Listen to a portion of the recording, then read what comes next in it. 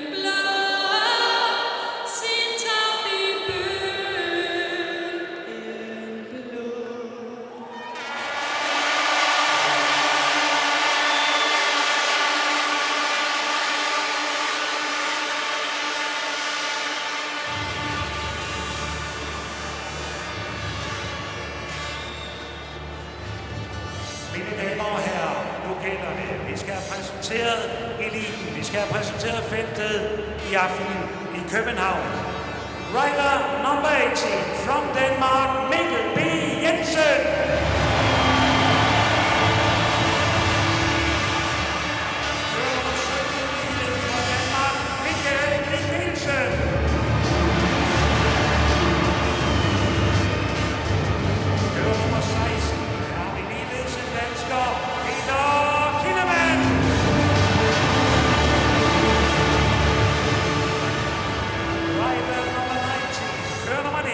Danmark, Michael Jensen. Riding at number 37 from Great Britain, Chris the Bomber Harris. Riding at number 75 from down under Australia, Troy Bachelor.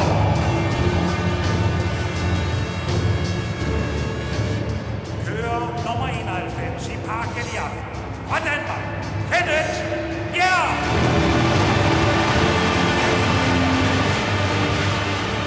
Riding with number 100 from Sverige, Andreas Jonsson. Riding at number 84, aus Deutschland, Mr. Martin Smolinski.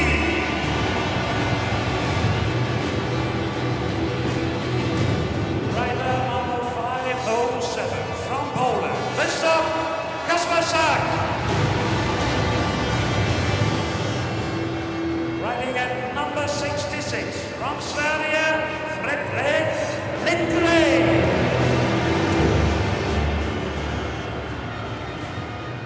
Rider number 33 from Poland, Jaroslav Hoppe. Kører nummer 88, dobbelt 8 i aften fra Danmark, Niels Christian Iversen.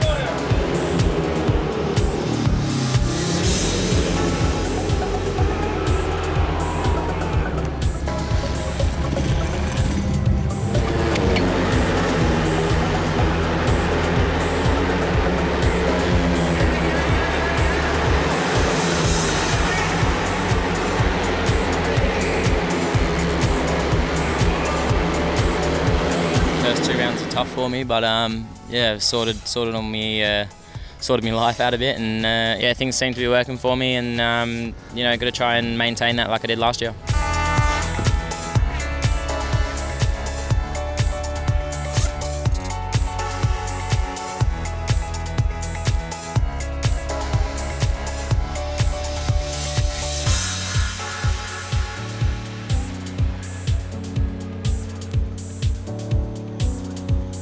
That was a good competition.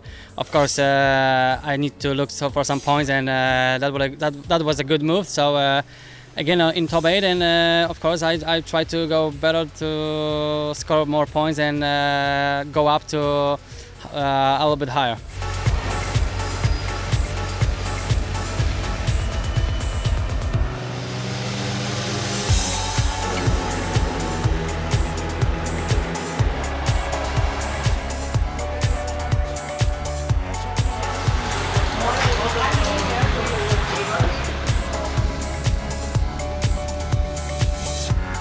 On the end of the day, would tell what's going to happen. You know, I need to be focused on every single race. You know, if we find the speed, you know, and the consistency, then anything can happen. I'm pretty excited for this one. Of course, it's my home GP, and yeah, hopefully I can use it for something positive.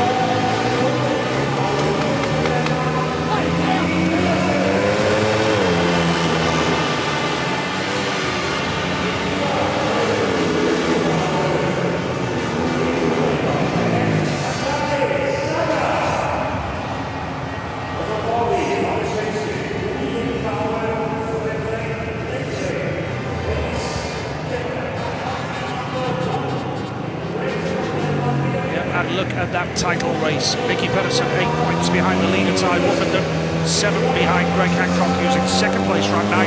And we should mention Chris Holder is not here tonight. The injury jinx has struck Chris Holder once again here in Denmark in a Danish league meeting last week. Yes. He suffered a broken wrist and we wish him well. Yes, it's been plated, there are 10 screws in it, they reckon a month. Big question mark over whether he'll be back for the Millennium Stadium in Wales in a fortnight's time. What a huge heat one this is after what happened 2 weeks ago between those two riders who are digging around on the start line in gates 2 and 3 respectively. It's quite a dramatic way to start tonight's Grand Prix here at the Parken Stadium.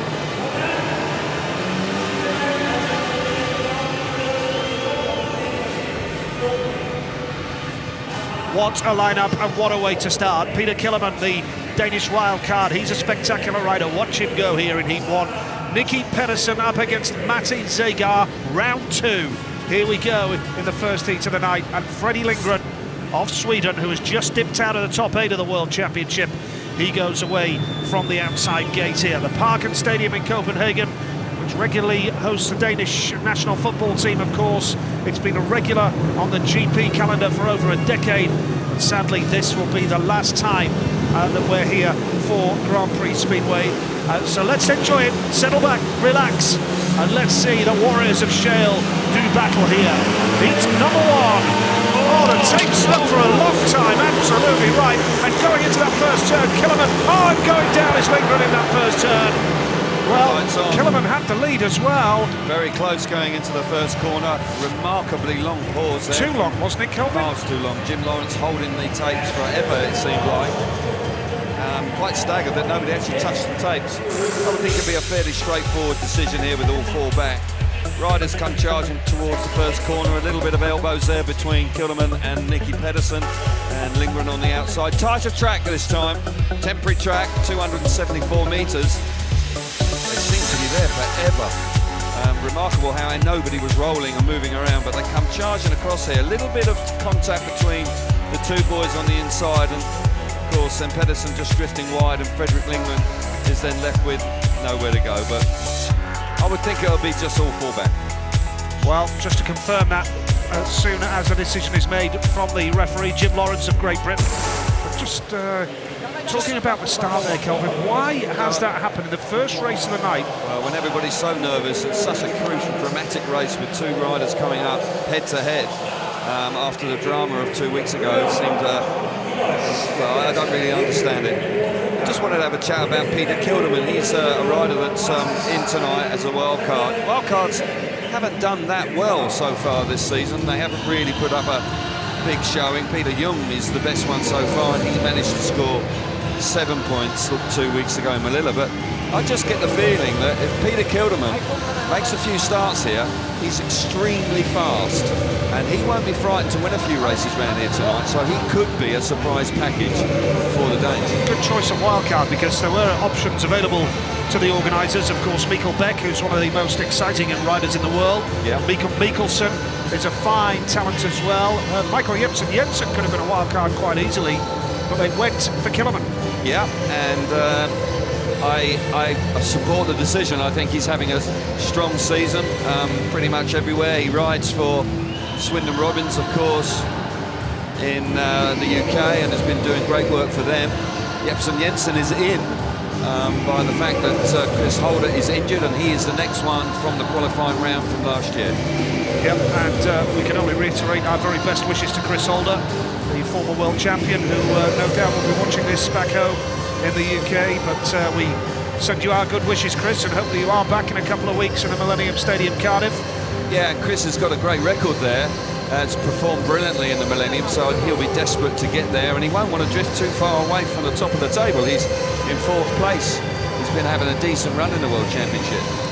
Let's just talk about the start of that race, the length of time, Kelvin, that the tapes were kept down by the referee. Not necessarily a delay. I'm quite sure, knowing Jim Lawrence as I do and his style of refereeing, he will have told the riders what to expect at the start, but it did seem an excessive amount of time before the tapes went up. Well, we said at the time, I was surprised that nobody touched the tapes, because on such a big night, it's you know, nerves are jangling before you first ride in the Grand Prix. You really do need to try and get away as best you can.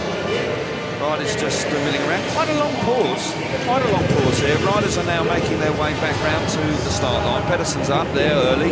Darcy Ward rode absolutely sensationally here last year, scoring 19 points, winning his first Grand Prix. As he returned from injury, it really was an outstanding performance, and I sense that he may just put in something special again here tonight.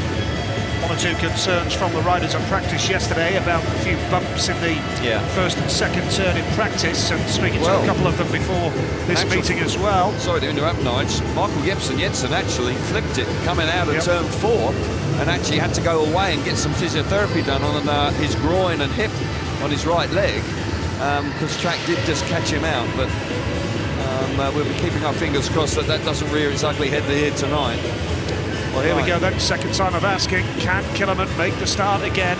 Because he was pulling clear at the time that Lindgren went down, and the race was stopped as we build up for the restart here of the FIM Danish Speedway Grand Prix here in the Parken in Copenhagen. And just about to get set for the restart here. Here's the lineup for you then. It's Peter Killerman going off the inside with Nicky Pedersen, who's 3rd in the world right now. Matti Zegar, who is in a good position in 5th in the world standings, and Fredrik Lindgren going off the outside in yellow. Will they get a clean getaway this time around? Here we go. Jim Lawrence with his finger on the button. The restart of the first race of the night here, and they're away this time. It went up much quicker, and Killerman again with a fast start from the inside line. Lindgren has jumped up the inside as well. Super move from Freddie Lindgren, and now Nicky Pedersen is at the back, and he's going to have to work hard to get the better of his rival Matty Zagar. But Peter Killerman as a wild card. You said you wanted to talk to him, talk about him, Kelvin, and this is why. He has got a great style and he's looking pretty comfortable here. Yeah, fabulous start because Pedersen put him under a lot of pressure, but Pedersen's a loser by actually competing too hard to the first corner. The three-time world champion pushed wide, he's out the back. Speed from Kilderman, no surprise there. He's a fast rider, and I'm not surprised at all that he's pulling away out in front. England, that was a good move in the first corner from him, from the outside. Zagar settles nicely in third, and Pedersen in the first race looks like he's going to fail to score. All the attention was on Zagar and Pedersen before the heat, but Peter Killerman has pulled off a fantastic victory. The wild card for Denmark here in this Grand Prix, and it's only his third appearance in a GP. That's his, he'd only got 4 Grand Prix points under his belt in his career before then, but obviously limited appearances in the GP. But my goodness, that was a super ride, impressive. and he looked so smooth and made it look so easy, didn't he? Track conditions looked nigh on perfect in Heat 1, but great start. And 3 points to his name. And a great move from Lindgren to come through into second as well. Yeah. Zagar was third, and Nicky Pedersen trailing in at the back there. So Peter Killerman off and running with 3 points under his belt here in the first race of the night. Well, could well be a big night for Peter Kilderman. He could burst onto the international scene here this evening. Superstar from him. We'll see it again with the replays when we go to the first corner. That was a good move from Freddie Lindgren to be able to switch to the inside. Second time of asking. We'll see. Watch the two boys here. Pedersen really works hard, desperately trying to get over the top of Kilderman, but he's the loser because he gets shoved wide and then gets relegated to the back and cannot land a blow. Looking at the back of Nicky's bike as he's coming out of gate 2, and it's elbows going to the first corner. Great move from Lindgren. Quick thinking from the Swede. Needs a big night. Was disappointing in Melilla 2 weeks ago, but Peter Kilderman out in front. A textbook ride from him. That would have settled the nerves down nicely. And as I say, wildcards haven't really pulled up in trees so far this season. Could be different tonight. Reminder, the SGP series moves on to round 7 at the Millennium Stadium, Cardiff, in a couple of weeks' time. Saturday the 12th of July, 5 o'clock start at the Millennium Stadium in Cardiff. And Darcy Ward right now is 12 points off the lead, and the lead is with Ty Woffenden, but Darcy Ward 12 behind, and he is in this race off the outside gate in yellow. Looking forward to seeing Ward ride tonight. Was spectacular in the extreme when he won here last season. Said he was distracted 2 weeks ago, failed to make the semi-finals in Melilla, and that's unusual for a rider of so much talent. But you just sense that tonight he's really going to put his best foot forward. Just saw Brian Anderson with Chris Harris, a few Coventry connections there. Brian Anderson, a former Coventry rider, helping out with Chris Harris, absolutely, as we build up to heat number 2 here now. Here's your lineup. Andreas Johnson goes off the inside in red. Michael Jensen, the replacement for Chris Holder, goes off gate 2 in 2. He's actually just joined Coventry in Great Britain. Chris Harris goes off gate 3 in white.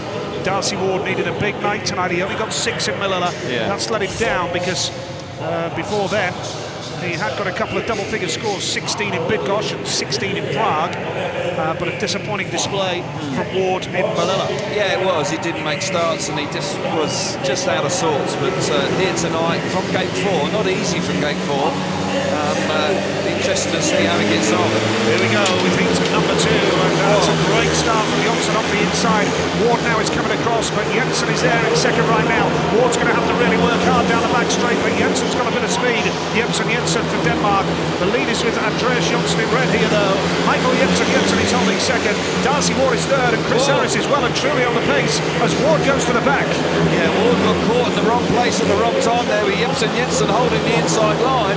Ward and Harris having a real ding-dong battle out the back, but what a start from Andreas Johnson. Jet propelled away from the inside and has pulled comfortably away out in front. The Swede needs a big night. It's been disappointing this season so far. This is an excellent start from him. Ward in the third place. Can he get the better of Jensen?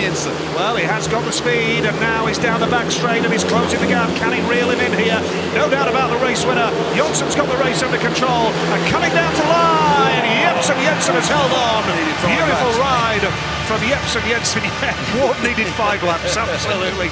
He has to settle for third, and Chris Harris struggling at the back on that occasion. He was on the pace for the early stages of the race, Chris Harris, but good speedway behind Johnson there. Johnson made it look easy when it came to the winning position. But behind him, there was some good speedway going on there. There was, yes, but the start from Johnson was just brilliant. The bike leapt away from the tapes and he had a trouble-free run. Johnson, Jensen, Ward and Harris.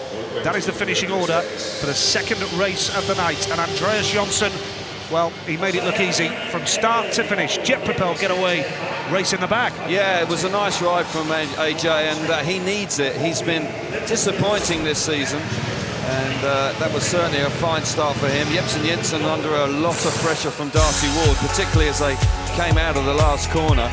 Look at that start. He'll be delighted with that. It's such a fabulous feeling as a rider when the bike leaps away and charges into the first corner. The boys behind were charging. Jensen rides a good line here around the inside. Harris then gets into third momentarily, but Ward, you know, he keeps working. He worked overtime here for just a solitary point, but was very spectacular and eye-catching as always. Round the outside of Harris, gets the better of Harris, and then on the run to the line, coming out of the last corner, very nearly got the better of Jensen, but the race was all about Johnson, comfortably out in front. Well, fine ride from Andreas Johnson. Yeah, good start. 3 points to get him underway. And coming up in Heat 3, we've got the reigning champion and the series leader, Ty Woffenden, who by my mathematics has scored 51 points in 3 GP rounds. Pretty Ty decent. Woffenden to turn his season around. Yeah, after Bydgoszcz, where he scored 5 points, it all looked very much like it was doom and gloom, and when he was interviewed, he didn't really know what to do or where he was going to find the form from, but they have done. And he could have won the last 3 Grand Prix, just slipped up in Finland going around the last corner, but the last 2 Grand Prix he's been impeccable, and the move to pass Hancock in the final in Melilla was majestic, and there's no doubt, I'm sure he'll be in for a big night here this evening. Iversen going off the inside in red. Gate number 2 in blue is Christoph Kasperzak. Ty Woffenden goes off gate 3 in white, and Kenneth Bier from Denmark. Plenty of support as you would expect here for the Danish contingent tonight. He goes off the outside in the yellow helmet, rider number 91. They all have their own numbers this year for the first time in the SGP series. They selected their own names that are numbers which are special to them. They are the numbers that they're carrying through the entire series. It's world number 1 Woffenden on gate number 3. Not made the best of starts. Setting on to Iversen off the inside gate, and Woffenden has swept up the inside and holds second spot now. Kasperzak's going to come up the inside to challenge Woffenden as well, but Iversen has the lead. Ty Woffenden second. Christoph Kasperzak is third. Kenneth Bier is at the back, but Iversen looking good, and Woffenden chasing him hard here. Woffenden nearly off the back of the bike. Mike lifts violently coming out of turn 2 on the second lap. Relegates to the back because he made a really good first corner to get himself into second spot. Iversen away from the inside was a little like Johnson, really worked nicely, and he's away. Kasperzak, who failed to score in 5 outings 2 weeks ago, is in second place. Woffenden searching for a way through. He's got a lap to do it, Nige. Not sure he's going to get... Oh! Pearson, what Woffenden did. Well, extraordinary. Niels Christian Iversen is going to take the checkered flag. Fantastic ride from him. Christoph Kasperzak was second. Ty Woffenden third after Bier lost control in exactly the same part of the track that Woffenden did as well. And Niels Christian Iversen, 7th in the world standings before tonight. Scores of 13 in 11 in the previous 2 rounds, and off to a great start here in his home country tonight. A little bit alarming. After just 3 races, we've got quite a violent rut coming out of turn 2, which has caught 2 riders out in that race. Woffenden did remarkably well to hang on, as did Kenneth Bier. Brilliant ride from Niels Christian Iversen, but spectacular stuff going on behind him. Iversen, Kasperzak, Woffenden and Bier, your finishing order. I can't believe for 1 minute that Woffenden and Bier are going to be too happy making their way back to their pit corner after that race. But that man, Niels Christian Iversen, rode a lovely line. He did. The inside gate has proved very fruitful. It's won the first 3 races, and Iversen doesn't miss out. Drops the clutch, the bike digs in and gets him to the first corner. Kasperzak's there, but it's a great move early doors round the inside by Ty Woffenden, who had a lot of speed in second place in the first half of the race, but it's this rut that catches him out coming out of turn 2 there, lifts so quickly up underneath him. He does well to stay on board, but kills all his momentum and he gets relegated to the back.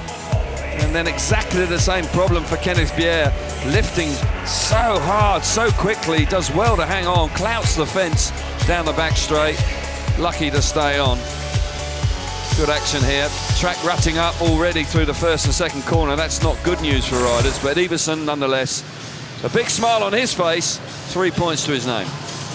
So, Niels Christian Iversen now moving on to 49 Grand Prix points in the series overall. This tonight, by the way, is the halfway stage of the World Championship. And we move on to Cardiff in a fortnight before we go into the World Cup break with the first event of the World Cup at Kings Lynn on the 26th of July, Vastavik in Sweden on the 29th, and then the race off the following Thursday in Bydgoszcz in Poland, and the final in Poland the following Saturday. Remember, the Poles go straight through to the final because they are the host nation for the Monster Energy FIM Speedway World Cup. Greg Hancock, will see him in the World Cup for the USA at Kings Lynn. He goes off the inside in red, Jarek Hampel getting 2 in blue, Martin Smolinski on 3, who was faded away after his sensational win in Auckland in the opening round of the series back in April. And going off the outside here, Troy Batchelor. Now, what sort of performance will we see from Troy Batchelor tonight? He got 10 points in Finland, but after that, he's faded really with scores of just 3 and 5. What can he do here? He's number 4. That's a good start from Hancock off the inside gate, and now coming around the outside is Troy Batchelor in yellow. Lovely move from Troy Batchelor. What a move from the Australian. Super stuff from Troy Batchelor. Second place is Greg Hancock, coming through to third. Martin Smolinski, but Hampel holds third place right now. But that was a spectacular swoop around the outside from Troy Batchelor of Australia. Yeah, I saw Troy earlier on today at lunch, and he looked a little bit tense, but certainly he's fully focused and is riding a stormer here.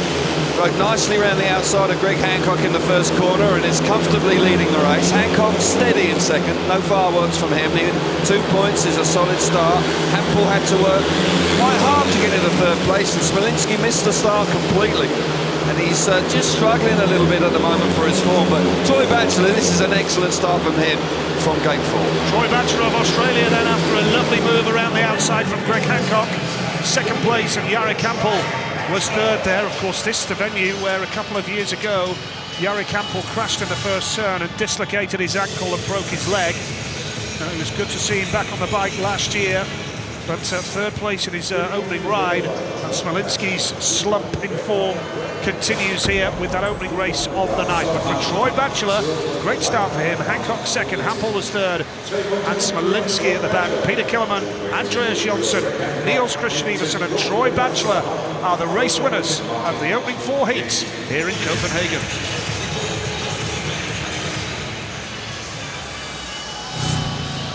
Well, the first rider to win a race that hasn't come out of the inside gate, and that was an excellent effort from Troy Batchelor. He just gets the bike running. He's got no choice. He's had to allow the bike to run a little bit wider, and the bike just gets enough grip, and he slips round the outside of the American Greg Hancock, who gives him, you know, a racing room down the back straight. He could have slammed the door shut, but he doesn't. He's not that type of rider, and Batchelor hits the front and stays there. There's a bit of a battle there momentarily for Martin Smolinski between he and Hampel, but the German struggled there and didn't really look fast enough in truth, but that man did, and that's a good start. He's had 2 difficult Grand Prix of late, but Troy Batchelor, the Australian, starting in fine style.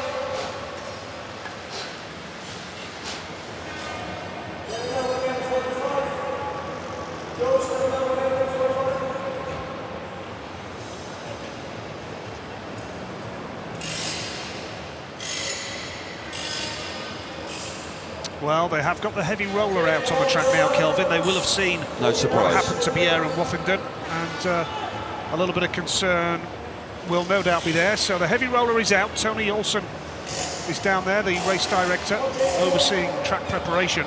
Well, yeah, there's just sort of through that first and second corner, it's rutted up quite quickly, and it's caught a couple of boys out. And they have got this sort of heavy roller that vibrates as well, and they'll be keen to try and get the track to settle down, because it's very early for that rut to have appeared, and with at least, what, we got 13 races to go. Excuse me, no, far more than that. Plenty of racing to come. It's something that needs to be sort of got on top of right away. Well, Niels Christian Iversen is off to a great start tonight, and he is with Jason Harold. Well, Niels, what a start for you. Yeah, same thing, same start like last year. I won my first one, so hopefully it'll go a bit better after that this time. So, but it's always good to finish or to start off with a win. Did you were you aware until you got back into the pits what was going on behind you? The riders going everywhere. No, I don't have mirrors or ice in my back, but yeah, just focus on in front of me. Start looks like it's all important. Yeah, it's always important in Speedway, so got to be sharp from the tapes. All right, cheers, Niels. Good luck. Thank you. Well, you certainly have to be sharp, and particularly at a Grand Prix. And he had the inside gate, and he took full advantage of it. So did that man. He was probably the most impressive out of the first 4 heats, away from the tapes at least.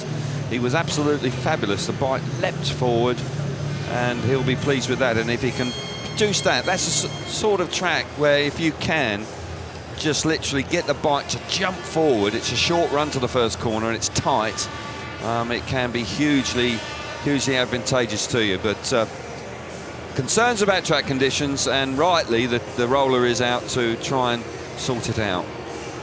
Well, as we said earlier, it is the last year that we will be here in Parken. The organisers have said that it is a very expensive operation to promote the Grand Prix. In fact, there were whispers that we wouldn't be here this year, but it is of course the 100th year of the Danish Motor Union, and we did see Danish world champions on parade earlier: Erik Gundersen, Ollie Olsen, Janno Pedersen and Nicky Pedersen, of course. Yeah, doing a lap of honour. only one that wasn't here was Hans Nielsen. He's at his one of his child's graduation today, so he couldn't be here, which is a shame. But yeah, very impressive parade of riders.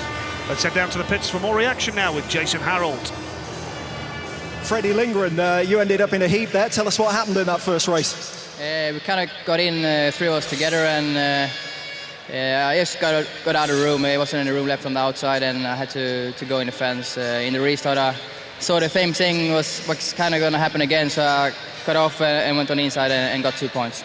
Very important to pick yourself up and get that second place out there, yeah?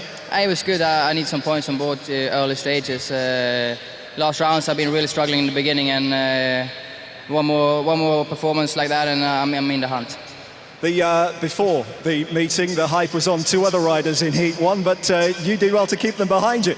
I think, when it comes to the race, I think they're all focused on what they're going to do, get to the first corner first, whoever you're up against. So I don't think there was an extra heat there. Cheers, Freddie. Thank you. Nice ride for Fredrik Lindgren, and a confidence-boosting ride that he needs, because this man and Freddie Lindgren 2 weeks ago in their home Grand Prix were disappointing, and they would be, desperate about that with such a strong support in Sweden. But both of them have started well. They've picked up a win and a second place between them, so be interesting to see how they continue on tonight. Wuffenden will be disappointed about his opening ride. Championship deadlocked at the top, 64 points each for Wuffenden and Hancock. Pedersen failed to score, so he's now 9 points behind after his opening ride, with Chris Holder, of course, is not here. Well, heat number 5 coming up then. Wuffenden going off gate 4. You've got 3 race winners on the inside of him: Bachelor, Killerman and Jonsson. So this is a great heat to look forward to. Heat 5, and they're on the way.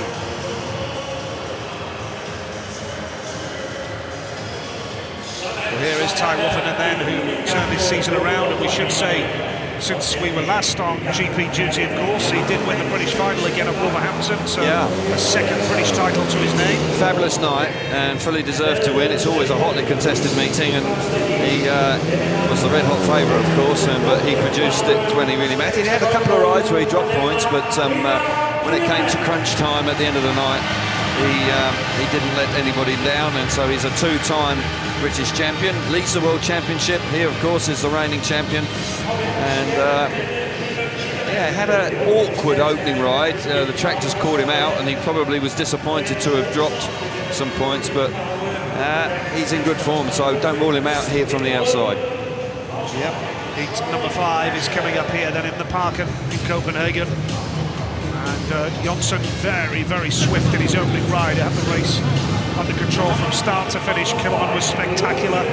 This style seems to suit this racetrack, Peter Killerman. So yeah, he was really good, wasn't he? And he hit the front, he sits in the bike and hangs off the side of it. Really is a very spectacular rider indeed. And with all these Heat 3 winners, super stuff coming up.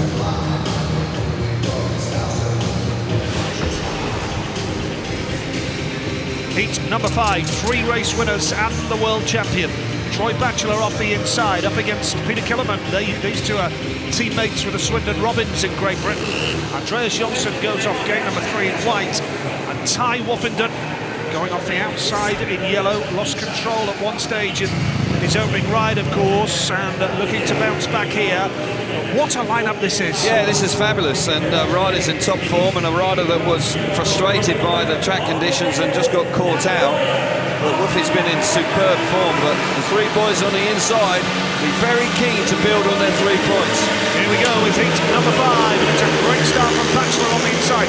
Woffington is going to go high and wide. Here comes Woffington around the outside now. Slots into second place. Had to get off the gas to avoid the back wheel of Troy Batchelor. Second place is Peter Killerman, and coming through into third is Jonsson, and Woffington has been relegated to the back. That was so close to a collision there in this particular Heat number 5. Oh, Batchelor out in front, Peter Killerman pushing hard in second place. How on earth Woffington avoided Troy Batchelor earlier on, and he then was trapped on the outside, and Jonsson pounced on the world champion and surged into third place. Woffington tried everything he knows out the back, but Batchelor looking like he's going to go back-to-back wins here. What a fabulous start to the meeting for the Aussie. And who would have thought that? Troy Batchelor ahead of Peter Killerman, but Killerman has got loads of speed here. And now Woffington trying third for Jonsson, who holds on. But Batchelor is going to pick up a second successive win. And I don't think anybody would have expected that, with all due respect to Batchelor. The form table here in Copenhagen is upside down, because Troy Batchelor has just pulled off a second successive win. That was magnificent from the Australian, and he's already scored more points now than he has done in 4 of the previous 5 rounds. He's scored 4 in New Zealand, 4 in Bydgoszcz, 3 in Prague, 5 in Manila. He's got 6 from 2 rides here. Super. Troy Batchelor, superb from Peter Killerman second, Jonsson third, and Woffington is already facing a battle to make the semi-finals here. Batchelor leads on 6. Tough start to the night for the world champion. He was just caught in the wrong place there and really killed his momentum down the back straight. Batchelor, what a start. He had gate 4 in his opening ride, 1 from there, and then takes full advantage of the favourite gate, the inside. Woffington momentarily looked like he was going to get round everybody, but then all of a sudden he just runs out of room down the back straight. He had so much speed initially. You watch him, he comes off the middle of the corner here, allows the bike to run, generating more speed, and Batchelor has every right, he's in front, squeezing it up. It's remarkable that the world champion stays on board there. Kilderman then's got speed all over the back of Troy Batchelor, trying all he knows, but these 2 boys come up with the big points here, and it's Andreas Jonsson, a race winner, in third, and the world champion on 1 point from 2 rides under pressure. Great start for these 2 though, Nige. Absolutely right. Troy Batchelor, an unbeaten start to the meeting. 6 points out of a possible 6. Killerman as a wild card, riding quite beautifully and had a lot of speed there, Peter Killerman. You could see he was all over his Swindon colleague. So we build up to Heat number 6 now. We have battle of 2 Danish riders in the middle 2 gates. Niels Christian Iversen and Nicky Pedersen. Chris Harris goes off the outside, and it really was a great moment before the meeting when Danish world champions went on parade, the 100th anniversary of the Danish Motor Union, and a parade of world champions before the meeting. Ollie Olsen doing a lap on his old bike, Nicky Pedersen doing a lap on an old machine as well, Erik Gundersen, the 3 times world champion, Janno Pedersen as well, did a lap. It really was great to see earlier on here as we build up to Heat number 6. It's Jarek Hampel off the inside, Niels Christian Iversen off 2, Nicky Pedersen yet to score off 3, and Chris Harris of Great Britain going off the outside in yellow. Team Pedersen watching on nervously. Yeah, he looks like he's changed his bike. Fresh, clean bike coming out for his second ride. They've rolling the dice straight away. not happy with the first one, failed to score. He was hustling it to the first corner, but just got pushed wide. Hampel just the third place, but he's got the inside gate, and we know Hampel's a good trapper, and he hits the front. He's generally very fast indeed. Everson pleased with his opening ride, but he did have a tough night here 12 months ago. Needs to build on it. Important race. Yep, heat number 6 it is. Can Pedersen get some points on the board, but Hampel has made a good start. Nicky's going to try the inside line. Everson is there in blue, going around the outside. Hampel's closed it all, but Niels Christian Everson, absolutely spectacular speedway, and the home fans roar their seal of approval. Hampel is second, Pedersen third. Chris Harris is at the back now, but what a move that was from the man in blue, Niels Christian Everson, who is well and truly up for this tonight. Oh, he is indeed. That was a spectacular move with a lot of guts and determination in it. Look out for Pedersen though. Pedersen's winding it on here. Hampel's going to have eyes in the back of his head. Down the back straight. Here we go. Here he comes, charging into turn 3. Hampel responds. Now Pedersen jumps to the inside. Terrific battle for second place. Everson in control of the race. Can Pedersen do anything with half a lap to go? Well, he's got plenty of speed, Nicky Pedersen, that's for sure. But Everson has got the lead now. Coming down to the finish line. Hampel's done enough. Pedersen looks over his shoulder, and that's just 1 point for him tonight. 1 point for the world champion tonight. But for Niels Christian Everson, he has matched superbly what Troy Batchelor has done and pulled off a second successive win. Yeah, fabulous ride from Everson. Just got that extra speed off the first corner and just charged down the back straight and just swept to the front. Hampel had no answer. Pedersen came on strong later in the race and put Hampel under a lot of pressure, but Niels Christian Everson will be chuffed a bit. Disappointing here last year. 6 out of 6, great start. And already Nicky Pedersen and Ty Woffington are under pressure for the semi-finals. Everson, Hampel and Pedersen, the finishing order. Harris at the back there, and it means that it's Everson and Batchelor on 6 points out of 6. They're leading the Grand Prix. What a start for those two boys. Yeah. And Niels Christian Everson did it the hard way there, because he had to go round the outside into turns 3 and 4 to get the lead. He did, and gate 2 isn't great to start from, but he makes a good start, makes a good reaction, dropped the clutch nicely, but Hampel on that favoured inside gate just gives him a little bit of a push, but then just coming off there, that's a brave move, you know, and Hampel's a fair rider, we know that. Just gives him the racing room, and Everson, brave, charges in there and swoops to the outside. Real battle for third place early on between Nicky Pedersen and Harris. And then late on in the race, Pedersen had a lot of speed. I thought for a moment with this cut back to the inside, he might well be getting into second place, but can't quite make it stick. But Niels Christian Everson, of course, the Danish champion. 2 rides, 2 wins. He must be delighted. Absolutely, and last season really was a magnificent season for Niels. He really came of age as a speedway rider on a big stage, and here tonight, absolutely brilliant in this meeting, going into it on 7th place. Before tonight, he's moved up to 52 points now. Greg Hancock is out here now in the blue helmet colour with 2 points to his name from his opening ride. He's up against Kasper Zach, Jebsen Jensen and Zagar as well, but Greg Herbie Hancock, rider number 45, level with Woffington. Any points he scores here, obviously, he will take the lead in the title race. Got a ride in hand, hasn't he, with the disappointing ride from Woffington last time. Hancock will be keen to get amongst it. Jebsen Jensen out here as well, who was pretty impressive in his opening ride. We know he's a world-class rider. He's won a Grand Prix. Kasper Zach, Hancock, Jebsen Jensen and Zagar. That is your lineup for heat number 7. It is indeed. Richard Child in the Greg Hancock pit crew, watching on. So looking forward to seeing the American boys in action again in the Monster Energy Speedway World Cup next month. Well, you mentioned the World Cup earlier on, and Greg Hancock scored so many points, really enjoyed himself in the World Cup last year. I'm sure he'll be really up for it again. Here we go, heat number 7. Oh, and Hancock has been left trailing at the start. That's uncharacteristic. And here comes Zagar around the outside in yellow as Kasper Zach has the lead. And now here comes Zagar! What a move from the super Slovenian. Matti Zagar has the lead, and Jebsen Jensen's come through to second. And now Hancock's in the mix as well. Zagar a comfortable leader, but Hancock not giving up, and it's a little bit choppy out there. Well, Michael Jebsen Jensen there lifted exactly where he fell off the motorbike yesterday in practice. He saved it, and it's fabulous he got into second place. What a move on the opening lap from Zagar. Steamed up the inside and got himself to the front and is flying out in front. Hancock's the loser. cruiser, an opportunity to top the charts in the World Championship, slipping through his fingers here. He's out the back. Zagar in fine form, flying out in front. Matti Zagar looking so comfortable here. And Zagar's going to take the checkered flag. Second place, Michael Jensen. Third was Krzysztof Kasperzak of Poland. And Greg Hancock at the back. So the two riders at the top of the World Championship ahead of tonight. Ty Woffington and Greg Hancock have managed just 3 points between them in 4 outings between them. Matti Zagar, though, big win for him. Oh, super Puts right. him onto 4 points. It really was the way he picked off his rivals as he came around the outside. Zagar from Michael Jensen, who's riding very well tonight. Krzysztof Kasperzak was third. And Greg Hancock astonishingly trailing at the back. This is what it means. Zagar's on 4, along with Jonsson and Jensen.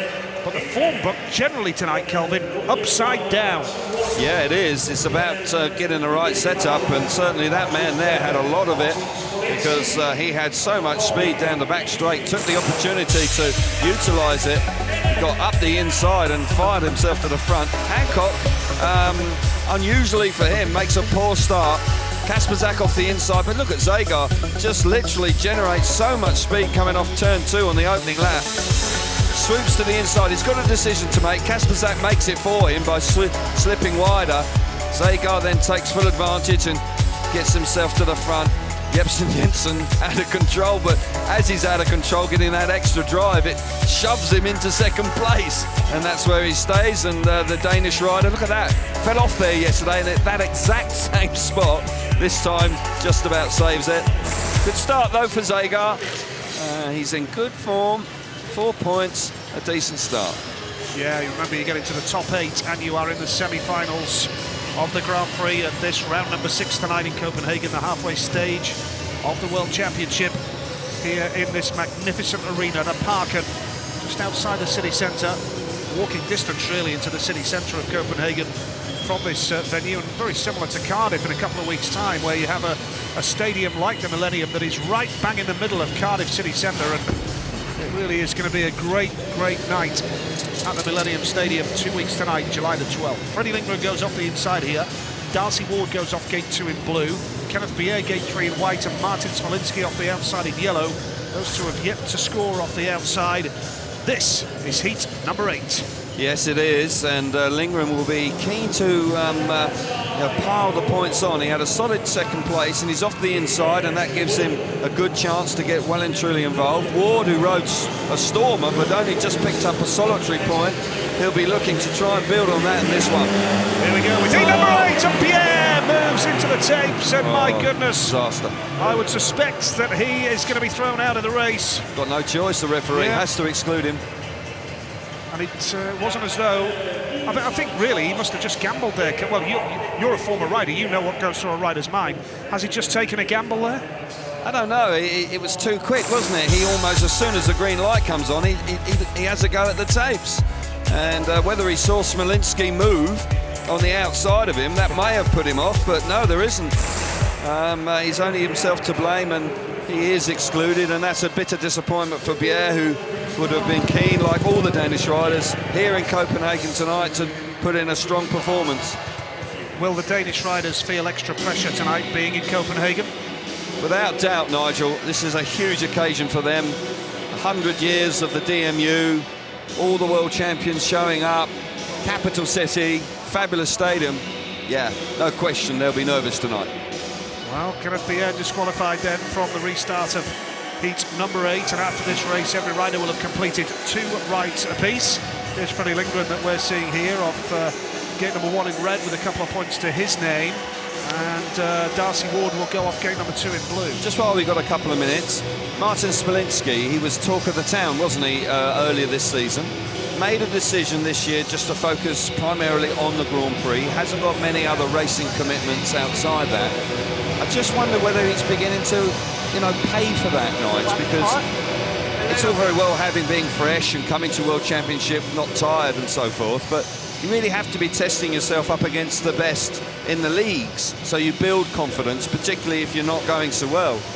And I think maybe that decision may have to be looked at again.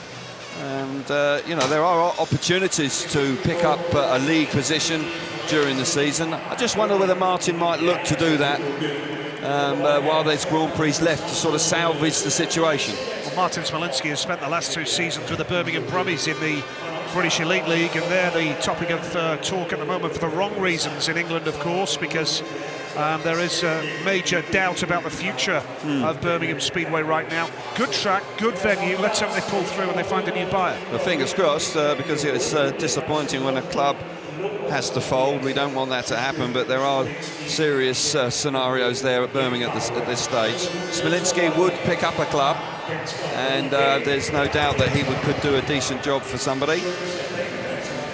Mikkel Mikkelsen is the man who's coming out here as a replacement for Martin Smolinski. Yeah, right, so Eastbourne is a great young rider, talented young rider, very highly rated by Erik Gundersen, who works for the Danish youngsters. And they've got plenty of riding them. style, yeah. Yeah, they have. Jepsen Jensen, Mikkel Beck, this man, Mikkelsen. Certainly got a whole host of riders that come through their youth system. We saw some of them racing here earlier on this evening on the 85cc bikes. And it's no surprise that they continually produce young and exciting riders. I'll tell you what, looking at some of those youngsters earlier, some of them they were so small, they only looked about 6 or 7 years of age. You know, it's almost like, do you want your child to become a speedway rider? Mums and dads, what do you think? Well, there's an awful lot of them that do night, because they're able to ride 3 or 4 nights a week. And talking to an ex-teammate of mine, John Jorgensen, whose son is here riding, they love it, and they travel all over the place. Not sure what my wife would feel about my boys becoming speedway riders. I wouldn't tell her.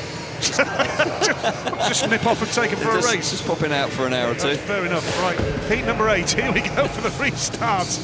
Freddie Lindgren goes off the inside in red. Darcy Ward gate 2 in blue. Mikkel Mikkelsen goes off gate number 3 in white, and Martin Smolinski going off the outside in yellow here. Be interesting to see how Mikkelsen gets on. He is a rare talent. Yeah, he is.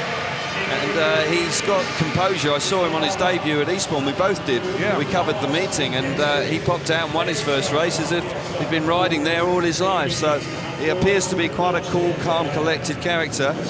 This is going to test that to its upper limits, you would suggest. But yeah, he's more than capable. And Ward and Mikkelsen will be up against each other in league racing on Monday as well. Yep.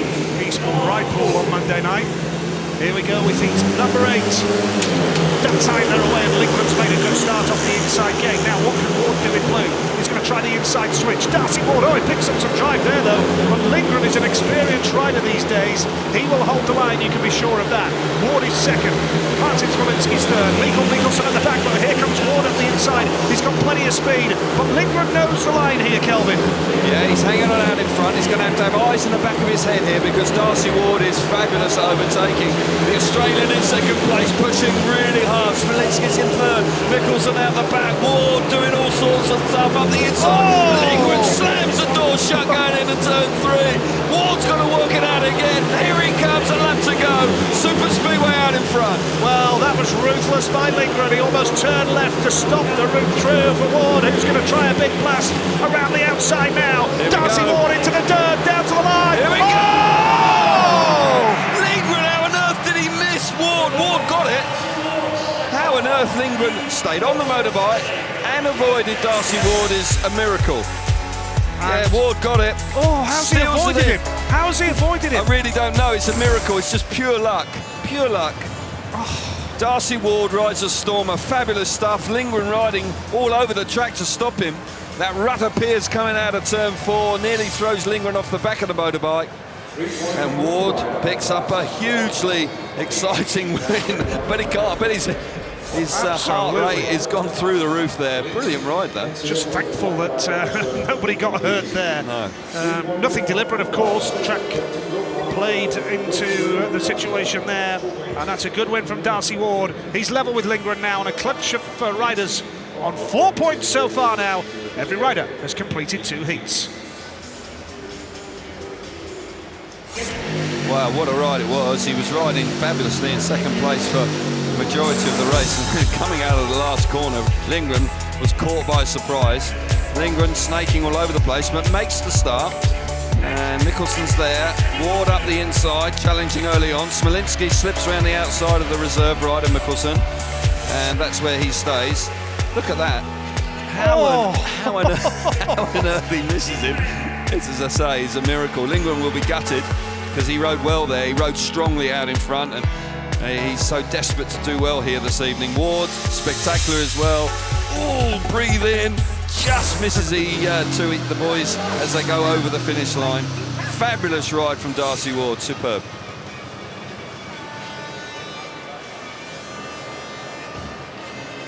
Wow, remarkable stuff in heat number 8. Every rider has completed 2 rides, and we are very proud and honoured tonight to be in the presence of the Crown Prince of Denmark, who's alongside Ollie Olsen there, the legendary 3 times world champion, Ollie Olsen. I wonder what he thinks of Speedway, the Crown Prince of Denmark, after seeing Freddie Lindgren almost clash into his rival there. Niels Christian Iversen is down in the pits with Jason Harold.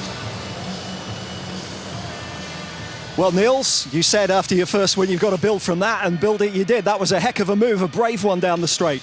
Yeah, it was good. I had good speed out there, but you know, it's still early days. You know, there's potentially 5 more races to go, and yeah, I can't get carried away.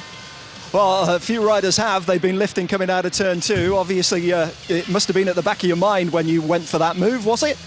You know, you focus on racing, you know, and focus on scoring points, not hoping that anyone hits a rod and go in the fence or whatever. You know, you just focus on racing, and yeah, that's what I do. Any plan for now you'll be on the outside gates as opposed to the inside ones? Different strategy? No, I just had the same strategy, just gate and go. All right, good luck, Niels. Thanks. Well, keep it simple. Crown Prince there, just being given all the lowdown by Ollie Olsen, of course, the 3-time world champion. And it's an extra special night with royalty in attendance. That certainly lifts the status of the event. It's fabulous. I think what he thinks of Speedway riders, I would think he probably thinks rather them than me when he sees riders lifting and rushing around. But a fabulous start for tonight's meeting from Niels Christian Iversen. Start, og kun 2 har maksimum point. Den ene af dem, Niels Christian Iversen. Normalt, Niels Christian, så har du jo fødderne godt og grundigt plantet i mulden. Følelserne, de skal ikke op og køre for meget, men man kan vel ikke enten være godt tilfreds efter sådan en start? Ej, selvfølgelig er jeg tilfreds, men fødderne står endnu. Der er stadigvæk en lang aften. Potentielt 5 weekender, hvis man kommer i finalen, så det nytter ikke noget, at man begynder at vippe på lapperne. Der er et nyt lidt, der venter, og det er lige så vigtigt igen. Det ser ud til, at der er bid derude. Der er flere af dem, der får lidt ekstra bid ud af bare svingene. Hvordan er banen? Den bliver kørt lidt op derude. Den er sådan lidt, kan man sige, der kommer lidt sport ud, og man skal være lidt over den, men he's an international rider now, he's the world number 3, and he hasn't quite managed to make a final so far this year, and he's publikum derinde selvfølgelig altid en fantastisk kulisse at køre af København. Hvordan er det i aften? Jamen, det er det samme som det altid er. Det er altid dejligt at køre ind, og se en masse Dannebrogsflag, så det kan ikke blive bedre. Wolfenden hasn't lacked for speed, he's just found himself in the wrong place at the wrong time, and it hasn't quite worked out for him. He's got 3 more opportunities with 2 gate 1s, which could come to his rescue in his 4th and 5th rides. That might just fall nicely for him. And Greg Hancock just a couple of points with a poor ride last time, but we've seen that from Greg earlier this year, where he can, have a couple of bad rides and then literally go on a run of wins because he gets the bike to work so well to the first corner. But yeah, Pedersen, Wolfenden, Hancock, Hampel outside the top 8. You're dead right, it's upside down effectively at the moment. Yeah, it's a very unpredictable meeting, this one so far tonight. 8 races gone of the 20 which decide the 8 qualifiers for the semi-finals here. The roller is out right now and the graders. Let's hear from Troy Batchelor now. Troy Batchelor, 2 rides, 2 wins. What a great start for you tonight. Yeah, you can't get much better than that, but, Melilla was disappointing. I started bad but finished good, so funny enough, I'm riding the same bike I finished on in Melilla, and it's working so far. So this is the bike, as you said, you finished strongly on. Did you realise that you're leading the meeting after 2 rides? Oh man, we're not even a quarter of the way done, but to start like that, that's how I need to start. I need that, and I just need to keep it going. I need to keep an eye on the track and keep it, keep the setup in that where I need it, and keep the bike the way I want it, and I think we'll be able to do it right.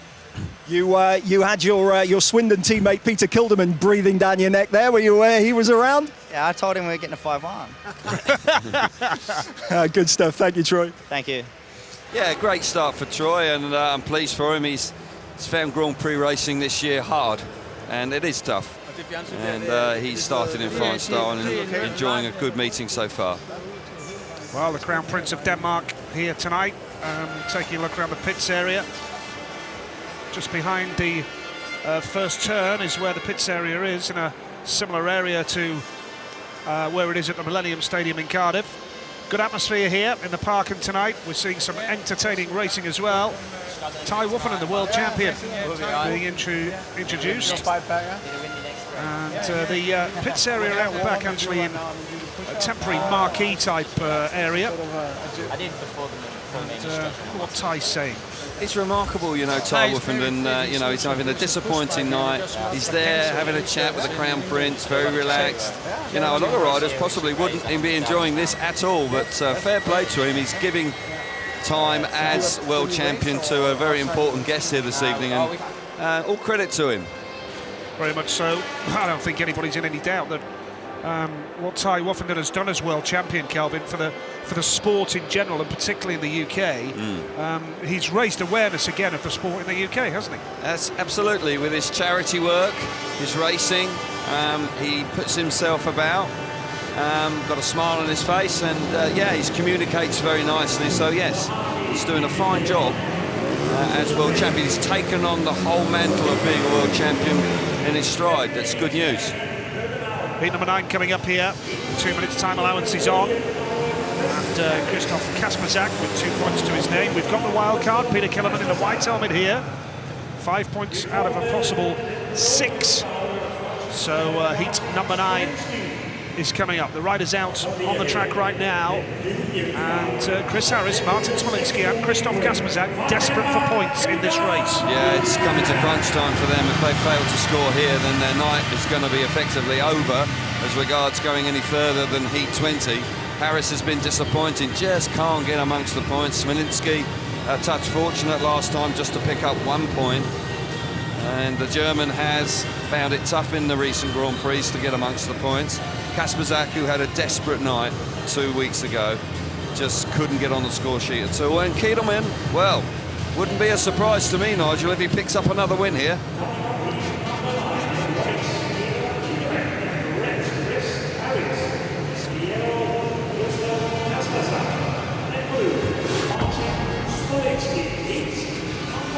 Here we go with heat number 9 here in the Parken. It's Chris Harris going off the inside. Can he get amongst the points this race? Martin Smolinski, gate 2 in blue. Peter Killerman, what a night he's had. Gate 3 in white. Spectacular rider, and surely with the potential to become one of the top riders in the world. And Christoph Kasperzak of Poland going off the outside in the yellow helmet colour. 3 points to his name so far for Kasperzak, but can Killerman make it off gate 3 to continue his fine form as a wild card? I would have thought so. He's even if he doesn't make it, he'll be a major threat in the race. Here we go. Here we go then, he's number 9. Good start from Harris off the inside. Kasperzak quick from the gate 4 as well. Killerman's down in the first turn, and the red light is going to have to come on now. It comes on halfway down the back straight. Jim Lawrence didn't rush to put it on, did he? It'll be interesting to see what he does here, whether he feels that Kilderman went down of his own accord and was the cause of the stoppage, and that would suggest that he might exclude him. They get squeezed up coming to the first corner. He hasn't made a very good start. He's just got caught with the dirt deflector on the front wheel, and it's caused him to go down. That will come down to how the referee interprets that, but there's no question that there has been a little bit of contact between Smolinski's dirt deflector and Kilderman's front wheel that's caused the Danish rider to go down. Well, you see it here, Nigel. You can see it there. There is definite contact. I'd like to think it'll be put back in the rerun. We shall see. But Jim Lawrence didn't put the red lights on until the riders were he'll be looking halfway at this. down the back straight. He'll be looking at this, and yes. I'm sure he'll put it. He won't put him out. He's got to put him back in. Well, the Danish flag's flying here. Well, there is all 4 riders. There is no exclusion light on. Well, I think that's about the right decision. Yeah, when you see the replay, it is. Momentarily, when Jim Lawrence just hesitated with the red light, you would have thought that maybe He may have looked to excluded him, but he doesn't, and it's the right call. And those people there, the Danes, will be delighted with that, because Peter Kilderman is a potential finalist here this evening. I'm not overstating that. He won't be frightened. He has no pressure. Two more riders enjoying the night, Iversen and Jepsen Jensen there, who had his back to us. And we got music, party atmosphere in the Parken. And it's a good night. It's a good night of Speedway. Good memories here. Some terrific racing down the years, and I also came here working on a football match at an international between Denmark and England a few years ago. It finished Denmark 4, England 1. Some things never change. Okay. Yeah, disappointment. Right. Unfortunately for Chris Harris, he's had a disappointing campaign this year, hasn't he? He's desperately trying to find the key to it. He has Brian Anderson here in his corner here for this weekend, with Phil Morris, who's been ever present this season, but just hasn't clicked into gear so far. And I feel for Chris, because he's a wholehearted rider, always gives 100%, but 2 rides and failed to score so far, so he's up against it. Well, there's no doubt the highlight of Chris's career back in 2007 at Cardiff, and well, those memories will come flooding back in 2 weeks' time when Chris returns to the Millennium Stadium. The trouble is, Nigel, it's a long time ago now. 7 years ago. And I can't forget the night. It was an extraordinary win. And he did do a remarkable job. Track conditions were difficult. He just stole the win away from Greg Hancock coming out of the last corner in a dramatic meeting. Oh, it was brilliant. It was, and it just blew the roof off, didn't it, off the Millennium Stadium? But he hasn't been able to recapture that sort of performance again. And at Cardiff, Kelvin, we now know that Craig Cook is the wild card. Craig finished second in the British final to get the wild card spot. How's he going to do? He's going to find it tough, isn't he? He'll be nervous, because it's the biggest Grand Prix in the world. There'll be 40-odd thousand people there. He seems a very ambitious man. I don't know him well. He rode well in the British final to secure his slot there. I think if he can pick up a few points, I think he'll be absolutely delighted, and it will be a great experience for him. I was going to say, you try and go there to enjoy the experience, but you're only going to enjoy it if you score a few points as well, aren't you? Absolutely. If you go away with 1 or 2 points, that won't be enough, but if he comes away with half a dozen points, I'm sure he's sitting at home now going, oh, I'm going to get to the semi-final, and I sincerely hope he does. I do as well. But Grand Prix racing is a step up. It really is a big step up, and you've seen a lot of riders find it tough too, but he's a starter. He can make starts, and if he does, then I'm sure he'll pick up some points. And I'm sure there'll be plenty of Edinburgh Monarchs and Bellevue Aces fans, because he rides for 2 clubs in England, Craig Cook, doubles up in the top flight and the Premier League. I'm sure there'll be plenty of Edinburgh Monarchs and Bellevue Aces fans flying the flag for Craig Cook at Cardiff. And really looking forward to the biggest event in World Speedway coming up in a fortnight's time. Hope you can join us for that. And here we go with heat number 9, second time of asking. Can we get a clean getaway? Peter Killerman, the man who bit the dust in the first race, the first staging of the race in heat number 9. Yeah. He goes off gate number 3 once again here. He's digging around. He'll be looking for a fresh spot, trying to get a little bit more drive. He missed the start, and that was the reason he got clipped up or hooked up with the back of Smolinski's bike. Sometimes it's actually better to miss the start completely on a track like this, so it gives you the option just to switch to the inside immediately. He was just caught just at the wrong place. Harris is in the box seat here on the inside, Nigel. Yep, he's off the inside in red. Gate number 2 in blue is Martin Smolinski. Gate 3 is Peter Killerman. And Christoph Kasperzak going off the outside. So a lot of pressure with Kasperzak on those 3 points, and a lot of pressure on the riders here in this one. Yeah, pressure always, and Kasperzak, who led the World Championship after 2 rounds by 11 points. A fabulous performance in Bydgoszcz. Got hurt in a pairs meeting in Germany where he injured his knee and has lost confidence, no doubt about that. He needs to have a solid night to really turn his fortunes around. Here we go, heat number 9. Take try. Smolinski's made a good one off gate number 2, and coming around the outside here is Christoph Kasperzak in yellow. Smolinski has the lead, but Christoph Kasperzak is there. Killerman comes through into 3rd place with a ruthless move up the inside of Chris Harris, and Killerman now on the inside of Smolinski. Brilliant move from the wildcard Kilderman. 2 moves on the opening lap. Charges into 2nd place. Fabulous stuff from Peter Kilderman. Good move earlier on there by Kasperzak to get the better of the German. Harris once again disappointing out the back. Feel for him. Kasperzak's out in front, but he's not safe. Kilderman's all over the back of him, having a real good go in second place. Can he get through to the front? Kasperzak's going to have to ride a really good last lap. Kilderman all over the back wheel of Christoph Kasperzak. He's got the pace, he's got the speed. Down the back straight, surely he's got to go wide. Kasperzak clamps the line, and now down to the line. He's done the job there, Kasperzak, because I thought Kilderman really missed a trick there in that Leicester turn. He had to go wide because Kasperzak, it was so obvious he was going to stay on the inside line there, but so did Kilderman, and it was Kasperzak who held out for 3 big points. 3 big points, important points for Kasperzak, doubles his score, and that was a great ride from him under a lot of pressure from Kilderman. I've got to agree with you, I thought Kilderman would give the big blast round the outside in the last corner on the last lap to try and snatch the win away. Good speedway from Kilderman though. Great stuff, Kasperzak the winner, and he needed that as well. A superb effort from him. Moves him on to 6 points, and means that Kilderman leads the Grand Prix on 7 points now. Smolinski has the 2 points to his name, and Harris yet to score from 3 outings. So, 9 heats gone. Christoph Kasperzak with his first win of the night moves on to 6, and he's still got a couple of races left to get into that semi-final. Well, gate 3 for Kilderman doesn't work out. He misses it again, and he's nowhere. Kasperzak comes sweeping across in front of Smolinski down the back straight. Smolinski actually makes a good start. Forceful move earlier on there to get the better of Harris by Kilderman, and then up the inside as they complete the first lap. Into the first corner for the second time, Kilderman up the inside. I thought for a moment with a lap to go that Kilderman might just get the better of Kasperzak. Makes the decision to ride tight round the last corner. May have been the wrong one, but 2 points nonetheless, 7 points. A very good return for him. Kasperzak will be buoyed by that. Well, 6 points to his name, Nigel. That's more like it. Failed to score 2 weeks ago. He knew he was under pressure though, Kasperzak, and he held that inside line. Kilderman, I think, when he watches that back, may think, I should have, well, he might even know now, should have tried the outside blast. Yeah, maybe, but he's having a good night, and he's spectacular. I like watching him, Nigel. He really is eye-catching, isn't he? Yeah. Super stuff, and he's a credit to the meeting so far.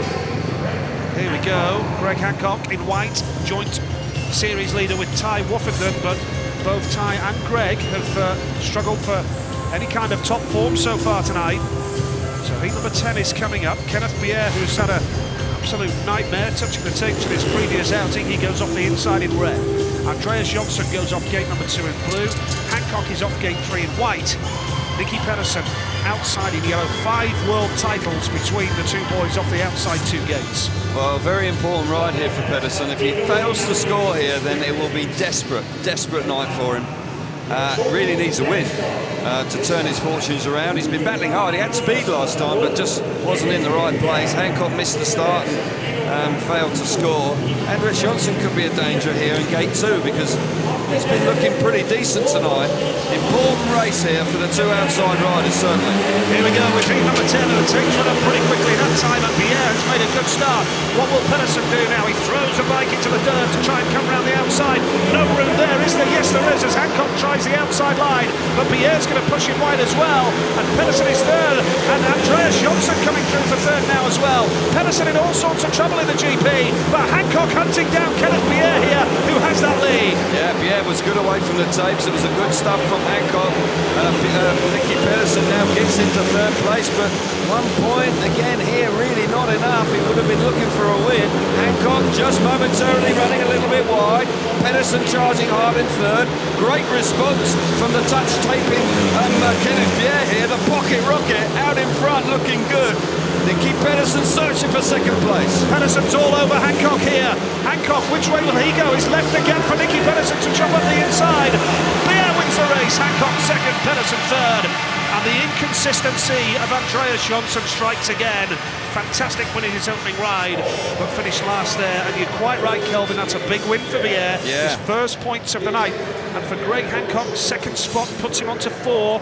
Stays in with a shout of getting into the semi-finals. But for Nicky Pedersen, 2 points from 3 rides in his home country. He's going to be absolutely gutted with that. He really now needs 2 wins to get into the semi-finals. Dead right. Pierre, Hancock, Pedersen and Jonsson is your finishing order. I thought Pedersen may just have got a little bit of a drop on Hancock at one stage there.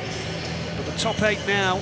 Clutch of riders on 4 points. Tough night, isn't it? It's so difficult to put a string of performances together. That's why when you look at Peter Kilderman, the wild card, 7 points from 3 rides is a very handy return. Seeing it again, the back of Hancock, who comes out of gate 3 nicely.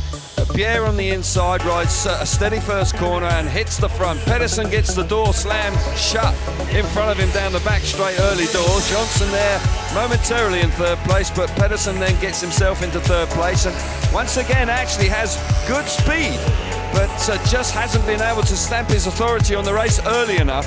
Pierre will be delighted. He's had an awful night so far, and a very handy win for him to give him an outside chance with a couple of rides to go to make the top 8. But Nicky Pedersen, this is not what he's been looking for here, the 3-time world champion. Desperate to put in a big performance in the last parking Grand Prix. Well, heat number 11 promises to be something special. Ward, Woffington, Zagar, Hampel. What a lineup that promises to be. And with Darcy Ward in the race, it's a good opportunity to say a very good morning to our Australian viewers who are enjoying our coverage from here at the Parken in Copenhagen. And we hope you're enjoying the Speedway down under in Australia. And now Greg Hancock, the series leader, on 66 points. Woffington 64, Pedersen 57, Zagar on 57 as well. But what a lineup this race is. Zagar goes in white, Woffington is in blue. Darcy Ward, winner last time out. He Brilliant goes lineup. in red. Yeah, absolutely. Heat number 11. Darcy Ward is off the inside gate in red. Woffington goes off gate number 2 in blue. Only 1 point so far. Zagar, winner last time out, gate 3 in white. And Jarek Hampel going off the outside in yellow as the sound system booms around this magnificent arena. The roof on tonight here at the Parken. Sun beaming through the entrances to the seating areas. And down there on the track, the pressure is on. It is indeed, and Ty Woffington is under massive pressure. 1 point from 2 rides, and then his 3rd ride is such a competitive lineup. Not ideal, but he responds to pressure. They settle in. Ward was spectacular last time, so was Zagar. Tough race. Here we go with heat number 11. Woffington has made an absolute beauty there, but so has Ward and Zagar in Hampel in yellow. Jarek Hampel has taken the lead down the back straight. That's sensational from Jarek Hampel. Woffington made a great start there, but Ward got the drop on him, and now it's a real battle between Darcy Ward, Ty Woffington and Matty Zagar for that 2nd, 3rd and 4th. But Kelvin, hats off to Jarek Hampel, a magnificent move to take the lead. Fantastic stuff from Hampel, swept round the outside, but Ward is coming in 2nd place. Hampel's going to have eyes in the back of his head. Woffington a little bit out of shape, he's struggling out there tonight. Zagar, brilliant last time, is tailed off out the back. Hampel now clamps it on the inside, there's a lap to go.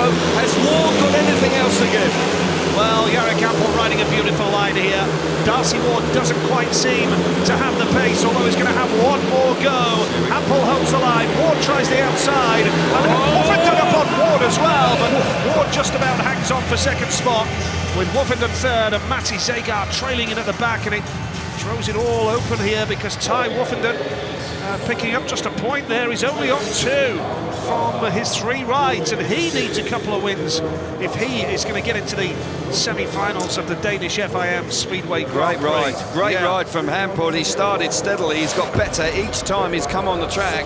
A 3rd, a 2nd, and now a big win in heat 11, which was really would have graced any final. That was a fabulous lineup. Certainly was. Hampel, the winner, moves on to 6 points, level with Darcy Ward. Zagar on 4, and look at Woffington, 15th place on 2 points. Nicky Pedersen only on 2 points as well. Extraordinary. There could well be some big name casualties when it comes to the semi-finals here tonight, Kel. It could well indeed be that case. We see it again. Initially, Woffington dropped the clutch, bang on, but the bike doesn't get there, and he gets squeezed out. Great first corner from Jarek Hampel, who is getting better every time he comes out. Winds it on. Great ride from Darcy Ward, and he puts pressure on Hampel momentarily, but it's a clever race from Hampel. He covers all the bases here and denies the Australian any chance of hitting the front, but Ward is riding nicely and is enjoying a pretty strong Grand Prix. He's on 6 points from 3 rides, but it's going to be tough here tonight. Conditions are difficult. To go through the card is nigh on impossible, but Jarek Hampel will be delighted with that. And a hard-working Darcy Ward there, probably a touch frustrated, but he's riding out of his skin. Gate 4's not bad, is it? You've seen Jari Campbell there. You've seen Kasper Zakov heat number 9 off Gate 4, where the boys have made the start, gone wide, and they've got the drive coming off that second turn. That's absolutely right. You just get that nice run through the first corner, and it generates the speed down the back straight. And Hampel was able to utilise it to perfection, and fair play to the pole. It was world class there, and he's the world number 2, so no real surprise. Well, here we go then, heat number 12. After this race, every rider will have completed 3 rides in the Grand Prix tonight here in Copenhagen. It's Troy Batchelor going off the inside in red. It's a wonderful, wonderful Copenhagen night for Batchelor so far. Lindgren goes off Gate 2 in blue. Everson unbeaten as well. Jepsen Jensen off the outside in yellow. This is a good lineup as well. Yeah, riders in form. Yeah. 2 unbeaten riders going head-to-head. I would think at this stage, Batchelor just favourite for me because he's got the gate, the inside gate rather, with Everson coming off Gate 3. But Everson's been hugely impressive so far. And Jepsen Jensen, I've got to say, it's been a year or so since I've seen him ride right at the top of his game. He's enjoying a good night so far. Meeting number 12 here. Bit of movement to the start there, and I don't blame Jim Lawrence for holding the tapes on that occasion. Batchelor has got the lead. The man at the back is Everson now, but Everson has got the drive at the back and comes through into 3rd, and it's Jepsen Jensen who holds 2nd place. But Troy Batchelor is having the night of his life here, and now Jepsen Jensen is going to really go hard into the dirt. He's going to try and flick up the inside. Oh, he's got speed. Oh, he's really closing in on Batchelor here, and Batchelor's under all sorts of pressure. Here we go. Jepsen Jensen now allows the bike to run wide. Batchelor under pressure, holding the inside line. Everson searching for room as well in 3rd place. Lindgren's out the back. Jepsen Jensen's all over the back of Batchelor. Batchelor's just got to concentrate. Whoa!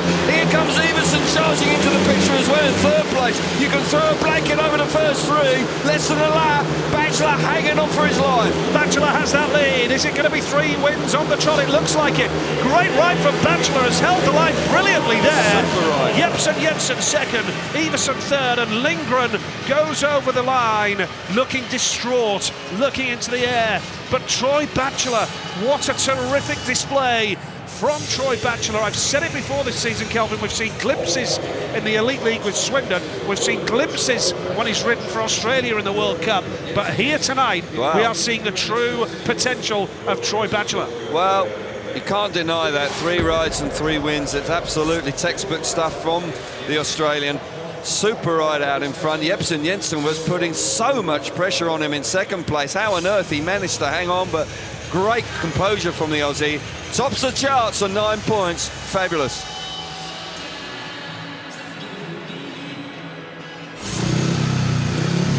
Well, what a ride from Troy Batchelor, and you wouldn't have thought that, would you, before the meeting, that after 12 heats, Troy Batchelor would be leading the GP as the only man with a maximum.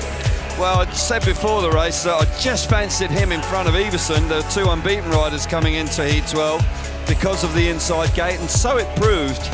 Batchelor there just a little bit out of shape early on in the race, and Jepsen Jensen riding nicely in 2nd place because he was generating lots of speed, looking for different lines.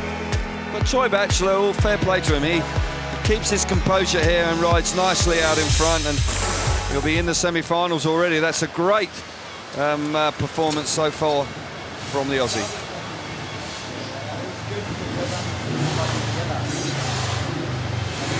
Yeah, Troy Batchelor, brilliant.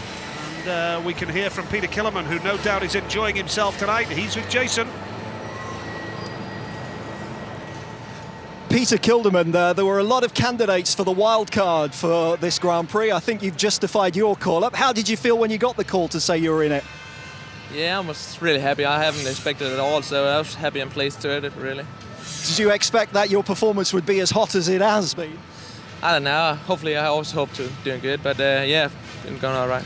Is there an advantage at riding in the #1 position in a meeting like this? Because you're out to like the first race and out after every grading bake. Yeah, I think it's all right in the indoors track. Yeah, normally it's not the best to have #1 because after watering and everything. So yeah, it's pretty good to have a day. Your form around the leagues around Europe has been very, very good. Is this your ambition to be a permanent member of the GP circus? Yeah, definitely one day. I don't know when I want to feel ready, but yeah, definitely one day I want to be. All right, well, good luck getting towards the semis, Peter. Thank you. Yeah, thank you. Good effort from Peter Kilderman. He's probably just a point away from the semi-finals this evening. 7 from 3. It's been a good effort from the Danish rider, and wildcards haven't been great this year. But certainly Peter Kilderman this evening is turning that fortunes around. He's rewriting the script there a bit. He's almost certainly going to be a semi-finalist tonight. When you look at the Danish contingent, Levesen's doing fine. Jebsen Jensen, 3 straight second place is superb. This man, Peter Kilderman, has been magnificent. But when you look lower down the order, Nicky Pedersen and Kenneth Pierre are just not doing it. No, they're disappointing tonight, particularly for Pedersen, who was in third place in the World Championship coming into tonight, his home Grand Prix. Would have been very keen to have done well. Also, after all the drama of 2 weeks ago, I'm sure he would have loved to have really put in a strong performance. But he's got 2 third places with showing potential, showing speed, but his customary start, we're accustomed to seeing Nicky absolutely jet-propelled from the tapes, and not necessarily the fastest rider on track, but tonight it's the reverse, but it's difficult to pass out there tonight. Yeah, well, short break here as track grading takes place, as we traditionally do in the Grand Prix series. After 12 heats, we have an interval and an opportunity for the major track work to take place here with a heavy roller. And let's hear from Jarek Hampel down in the pits now. Well, Jarek Hampel, world number 2, and riding like it as well. You seem to be getting stronger as the night goes on. Well, it was really good in my last race. I've got a gate 4 pretty hard. It's so hard to make a good jump from gate 4 because track is pretty short to coming in of the corner. But I made a good start and then raced pretty quick. But I need to think about my setup in the bike anyway because the tracks change pretty quickly. So it's a lot of work in my piece anyway. You said after practice yesterday that you enjoyed riding on the track during practice, and you certainly look like you're enjoying it out there. Yes, I am. Even track's better than yesterday practice. It's not so many rides. It's pretty smooth, so we can have a good entertainment anyway. It's good. What's your focus now to get you towards the semi-finals? What will that be? Yeah, I try to get the points, and I don't want to think of what's going on later. I need to stay concentrated before my next race and the last one. So I try to stay focused and working hard in the pits. So should be good.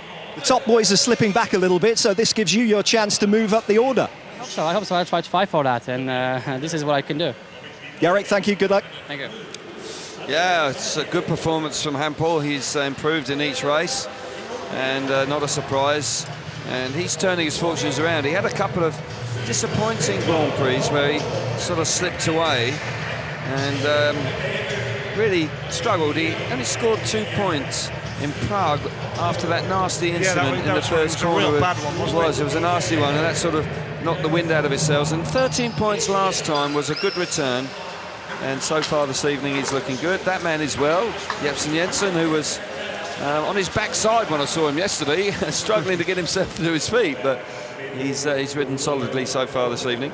A decent turnout. I have seen more here, but an enthusiastic crowd, and they've got plenty of Danes doing well this evening to get right behind. Well, there's been some decent speedway as well, Kelvin, hasn't there? You know, we've seen plenty of passing. We've seen sometimes we've seen the leader make the start and get the race in the bag from early on, but behind him, quite often the second, third, and fourth has been dramatic, hasn't it? Yeah, we've seen some good action, and riders like Kilderman, Zagar passing Darcy Ward in every race has been entertainment. Disappointed for Ty Woofenden. No lack of effort going in there. They just haven't quite got the bike set up right. But he could dig himself out of jail here. 2 inside gates for Ty Woofenden in his last 2 rides. May just come to his rescue. 8 points could sneak him into the top 8 and turn his night around. Got to make the start though. Got to get to that first corner, which he hasn't managed in his first 3 rides. It's a shame. I will miss not coming here. It's a fabulous venue. It's a high-profile capital city, of course, and the national stadium. It's a treat coming to Parken. When you look at the world standings, Nicky Pedersen's had an off night so far. So really, Hancock and Woofenden, if they were anything like their normal performances, and we know Hancock's got 4, but Woofenden has picked up only 2 points so far. They've missed out on the opportunity to extend that lead, really. That's right, and it's doing riders like Pedersen and Chris Holder, who's not here this evening, a huge favour. They'll be delighted to see that Hancock and Woffinger are struggling for points. And it'll keep it tight, and that's good for all of us. We want the championship to be nip and tuck, don't we? Well, let's hear from Greg Hancock now with Jason Harold. Well, Greg, what's happening with you two top guys? Can't get it on the track tonight, huh? Yeah, it's gating is definitely an issue tonight, and you've seen a couple exciting races, but it's difficult to pass. So, but hey, this is Speedway. I was looking at the heats. You seem to have the speed, but not the room in some corners. Yeah, that's right. I mean, it is tight. This place is very tight, and it even though it looks wide when you look at the paper and all that stuff, but on the racing line, it's very tight, and gating is so important. So I got to get it together. Well, I think the few riders getting better as they're going on. Hopefully that will work for you. But you've got the slenderest of leads now. How do you hang on to it? Well, it's like I said, it's a long season. You can't look at that. Right now, it's just to focus on the achievable things, and that's semi-finals and a final. And from there, we just keep on rolling. All right, Greg, good luck. Thank you. You got it. Yeah, good stuff from Greg Hancock, who is the gentleman of the sport. There's no doubt about that. And yeah, good crowd. The fans enjoying it here. It is interval time, as we say. We will give you an idea of when we are going to resume racing very soon. Just waiting for information from the pits as to when the action will resume. Another 5 minutes, so should be about another 5 minutes before we get underway once again. Heat number 13 is coming up with Michael Jepsen Jensen, Kenneth Bier, Jari Campbell and Peter Killerman. So that should be a cracking race, that one, with 3 Danish riders in that one, plus the Pole Jari Campbell as well. So yeah, that should be an absolute cracker. Heat number 13. The tractor's just returning to the pits area here. Time for the t-shirt competition from our sponsors, about to take place. That's why you see the crowd go to their feet, because they want a t-shirt from the sponsors. So no, it really has been entertaining stuff so far. Riders quite clearly finding it tough at times. It's ruthless racing on occasions as well. We're looking forward to the rest of the meeting very much indeed. 8 races to go to decide the semi-finalists. So should be a good one in the closing stages of the qualifiers. We look at a clutch of riders on 4 points: Frederick Lindgren, Greg Hancock, Andreas Johnson and Matti Zegar. Ty Woffinger has really got to step it up, the reigning champion. Woffinger currently on 2 points from 3 rides. He'll be bitterly disappointed with that. It's a type of night as well, where everybody's dropping points against each other. It may well be that you may get through to the semi-finals on less than 8. It does happen occasionally. Sometimes, on other occasions, 8 points isn't enough on a countback. So they're all taking points off each other. Darcy Ward's been in the thick of the action, and he's with Jason. Well, Darcy, as our boys are saying, you've been in the thick of it. How did you and Freddie Lindgren miss each other coming over that finish line? Yeah, it's been going all right. Like I said, been close to some riders and that, but yeah, Freddie hit a bit of a rut there, and he apologised. But that's racing. But yeah, I was lucky he made the mistake to allow me to come around and just nick him on the line. You must be happy you're on the pace. Yeah, it's been all right. As you can see, starts crucial. Not as much dirt out wide as last year, or as much as I think we would have thought. But yeah, on the pace, not bad. A couple of people popping out of turn 2, lifting, but track seems to have settled a wee bit. Yeah, it's much better than yesterday. Yesterday was pretty gnarly, so you got to be ready because it's really unpredictable. But you still got to give it all because it's hard work out there. Well, good luck with the march to the semis, Darcy. Thank you. Hopefully make it. Yeah, it's unpredictable for the riders, which isn't good for the riders, but when it's unpredictable, it throws up some interesting scores and some interesting racing along the way as well. But from a rider's point of view, not ideal, Kelvin, is it really? No, it's always in the back of your mind where you're not quite sure how hard you can push at times, and it's caught 1 or 2 riders out this evening, including the world champion, who lost control earlier on in the night. And, you're out of breath there, Kel. Just a bit, yeah. It's quite a long way to the toilet here. several flights of stairs to be able to dash up and down. We're quite a long way here in the Park Stadium. Well done. Yeah, it was a great effort. I'm good. Blue Peter badge on his way. Jari Campbell now, he's preparing for his next ride. And He was brilliant last time. That was a super ride from him because he was in a very competitive race with Ward, Woofenden and Zager on the inside of him. It was a great effort. Well, 66 to Hancock, 65 to Woofenden, but with those two struggling tonight, there is an opportunity for the riders behind them, like the Hampels, the Eversons and the Darcy Wards, to really close up. And tell you what, the race for the world title could be so tight going to Cardiff in a fortnight's time. Heat 13 is on the way.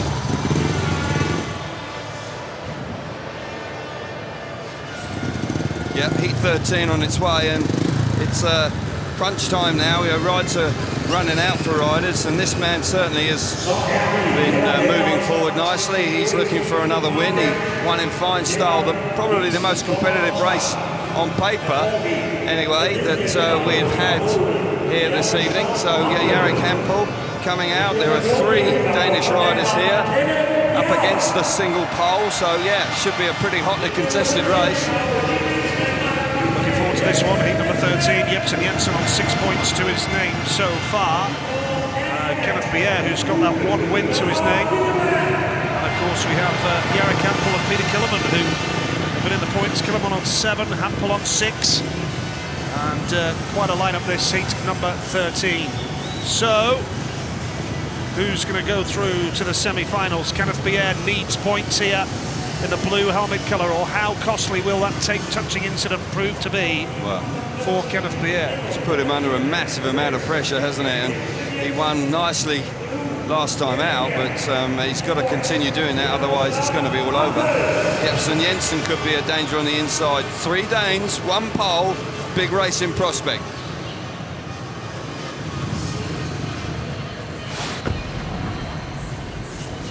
Here we go with Heat 13 then. Michael Jepsen Jensen, the wildcard, the replacement, I should say, for Chris Holder tonight. He's done well so far with 6 points. Kenneth Pierre, a tape-touching incident has put him under pressure. Jarek Hampel, gate 3, and the wild card it is. Peter Killerman going off the outside in yellow. Should be a good one, this. And the way the title race is shaping up, with Woofenden and Hancock not exactly on top form tonight, the title race could bunch up even more going to Cardiff in a fortnight's time. Yeah, there's no reason, of course. Pedersen is struggling tonight, and Hancock could surge on. But yes, riders just behind, like Hampel, who've had disappointing Grand Prix. Good opportunity for him. Heat 13 it is. Jepsen Jensen's made a good start from the inside gate. Now Hampel is going to try to switch up the inside, but coming around in yellow is Peter Killerman, and now he switches up the inside. Oh my goodness me! How on earth did he manage that? He's gone from 3rd to 1st, and Peter Killerman is the man of the moment here in Heat 13 with a spectacular ride. Fabulous move from Peter Killerman. It was an opportunist move, just allowed the bike to just run really fast and straight into turn 3. Doesn't collect anybody, textbook stuff. He is fast out in front. Hampel, who made a good start initially, was then taken by surprise. They were all taken by surprise by the move by Killerman. Jepsen Jensen looking good in 2nd place. Disappointment for Pierre, but Peter Killerman silky smooth out in front. Watch him go down the back straight. It looked as though Jepsen Jensen had the race under control, but a majestic move from Peter Killerman, and he's in the semi-finals. Whoa! The wild card celebrates on 1 wheel, and Peter Killerman makes the Danish flags fly high here in Parken. And Michael Jepsen Jensen as well is looking good for a semi-final spot too. So the 2 Danes there delighted, but for Peter Killerman, spotted the moment, charged through with a breathtaking move. Well, it was a breathtaking move. That's absolutely perfect. He was inspired down the back straight, Nigel. It was great. He lined it up. He had so much trust in his bike and so much speed. And 10 points, that'll do very nicely. Goes straight through to the semi-final. Great ride. And Jepsen Jensen now with 4 second places. Consistent. Moves on to 8. Very consistent indeed. Jepsen Jensen. Jarek Hampel had to settle for a point there. And for Kenneth Pierre, he's going to miss out on the semi-finals with that last place. But Peter Killerman, let's watch it again and enjoy. Yeah, I can't wait to watch this. He's on the outside. Initially, Jepsen Jensen makes a good start. Hampel decides to follow him through. That leaves lots of racing room switches to the inside there. Jensen certainly wasn't expecting that. He fancied that third corner was going to be his, but Peter Gilderman, whoa, get in there. Fabulous move, round the first corner. Jensen in front, protecting the inside from Hampel. And look at this quick thinking move, split second decision between them. Oh, fabulous move from Gilderman, absolutely out of the top draw, proper speedway. Fantastic ride from the wild card. Entertainment. Started his British career with the Workington Comets in the Premier League, which is being dominated by the Edinburgh Monarchs up there in Scotland. I did say English Speedway earlier when I referred to the Edinburgh Monarchs. My apologies. Unforgivable error. As we look forward to You know what to do. Wales in a couple of weeks' time in Great Britain. So my apologies to our Edinburgh Monarchs viewers here tonight as we build up to heat number 14. I am. And Nicky Pedersen of Denmark going off the inside gate, and a man under serious pressure here going into heat number 14. Desperate to make it through. Pedersen. Here's the lineup. Nicky Pedersen going off the inside with only 2 points. The maximum man, didn't think we'd be saying that. Troy Batchelor, brilliant from him tonight. Darcy Ward, Hartford, 6 points so far. And Christoph Kasperzak off the outside in yellow. A steady display from KK as well.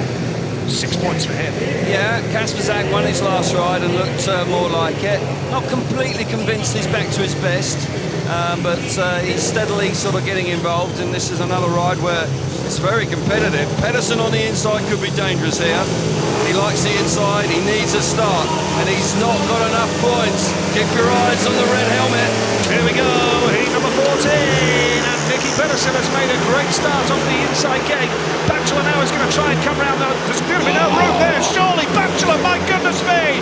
He's got past Nicky Pedersen brilliantly, and Pedersen will come back for more. Third is Darcy Ward, Christoph Kasperzak in the back, but this is the best I've ever seen Troy Batchelor race. Absolutely magnificent. Pedersen second, and Ward is third, and now challenging Pedersen. Yeah, he is. What a move from Batchelor. Such a brave move to get round the outside early doors of Nicky Pedersen. Pedersen had made the start. He's in second place, but I don't know for how much longer, because Ward's coming like a train in third place. Round the outside, the Australian into the last lap. Pedersen then just hanging on to second place. Ward now switches to the inside. What a move from Darcy Ward into second place. Brilliant speedway. Great speedway here in Copenhagen, and Troy Batchelor moves on to 12 points. Wow. Maximum man, Troy Batchelor. Darcy Ward second, and Nicky Pedersen now knows that he is not going to make the semi-finals here in Parken. It's been a dreadful, dreadful night for Nicky P, but for Troy Batchelor, maximum man, 12 points out of 12. And for Swindon Robins fans in the UK, they see Batchelor on 12, Killerman on 10. Not a bad night if you're a Swindon fan. Dominating the Grand Prix, the two Swindon Robins boys, and fully deserved. What an effort from Batchelor to get round the outside of Pedersen early on. What a win that was. And Darcy Ward passing Nicky Pedersen for second place, and that'll be enough for Ward surely to reach the semi-finals tonight. Well, I must apologise to Troy Batchelor. He rode a stormer there, but I've got to say the battle between Pedersen and Ward was eye-catching in the extreme, and Ward did ever so well to get the better of the three-time world champion. Yeah, this is the best night of Speedway that Troy Batchelor's ever enjoyed, I would suggest.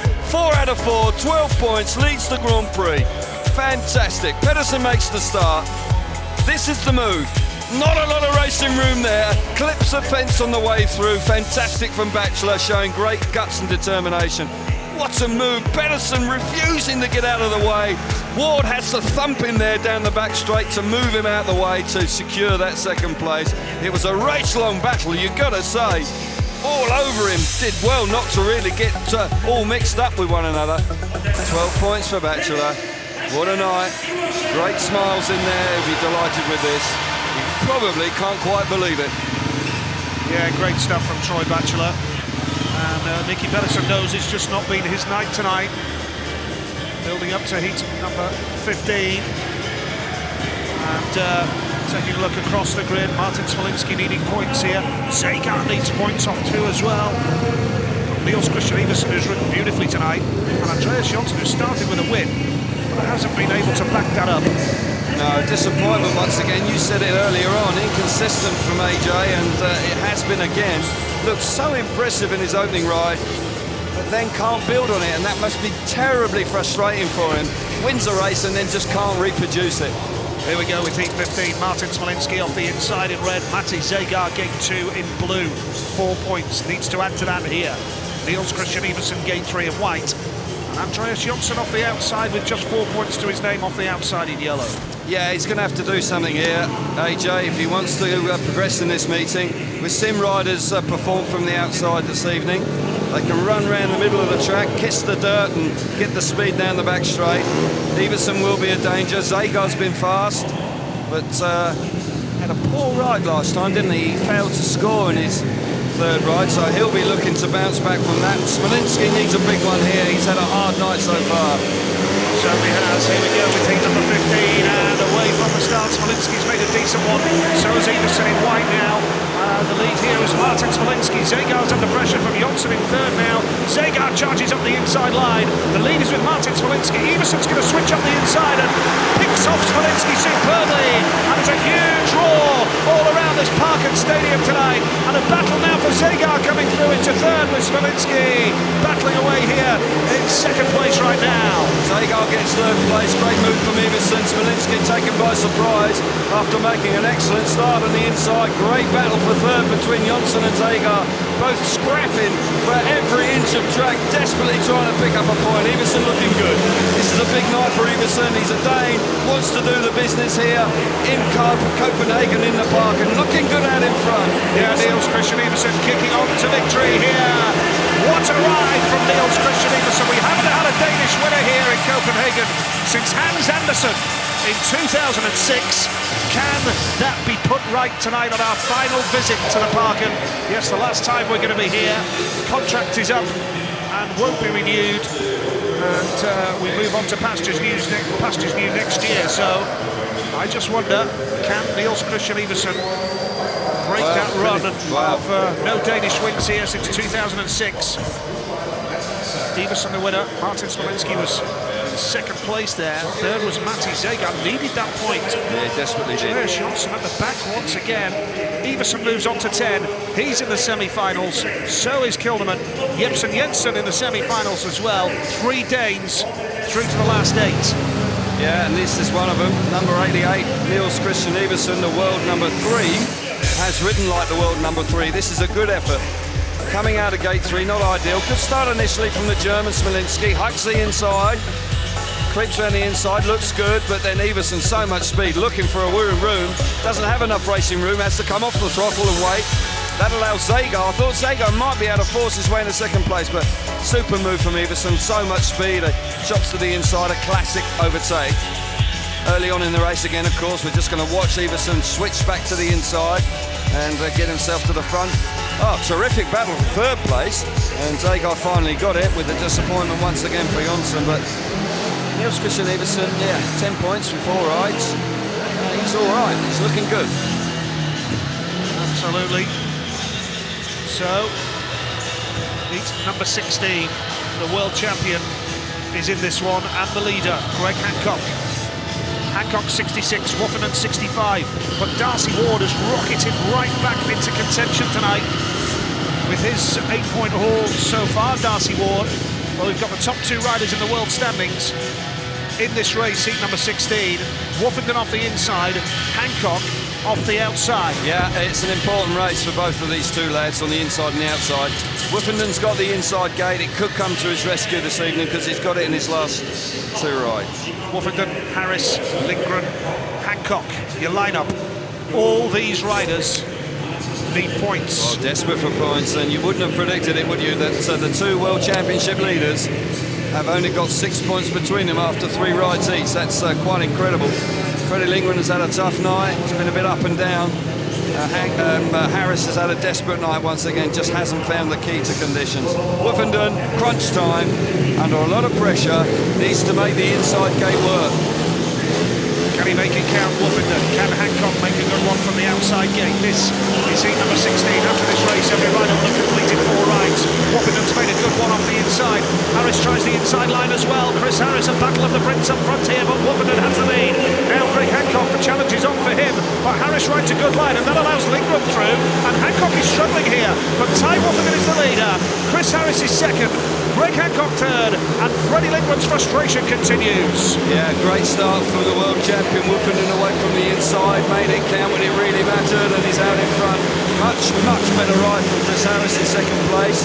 Disappointment for Greg Hancock here. Third place would not be what he's looking for, and he's struggling for pace. Out in front, Wolfenden has had speed all night, just has not had the run of the races. He's out in front looking really good. I would suggest a very useful win for Ty Wolfenden. Yeah, Wolfenden going into turns 3 and 4 for the final time. His first win of the night here, looking quick as well. Beats Chris Harris and Greg Hancock. And that is a big win for Ty Wolfenden. Can that turn his night around? Chris Harris with a big second place as well. He won't make progress, but he's got a couple of points on the board, which is much better from Chris. But for Ty Wolfenden, a big win. Needed it. And that could be the race, maybe, just maybe, that turns his night around here. And remember, every point you score goes towards your overall total in the World Championship. Right now, Wolfenden moves into the 8th spot. But Troy Batchelor leads the Grand Prix with a maximum 12.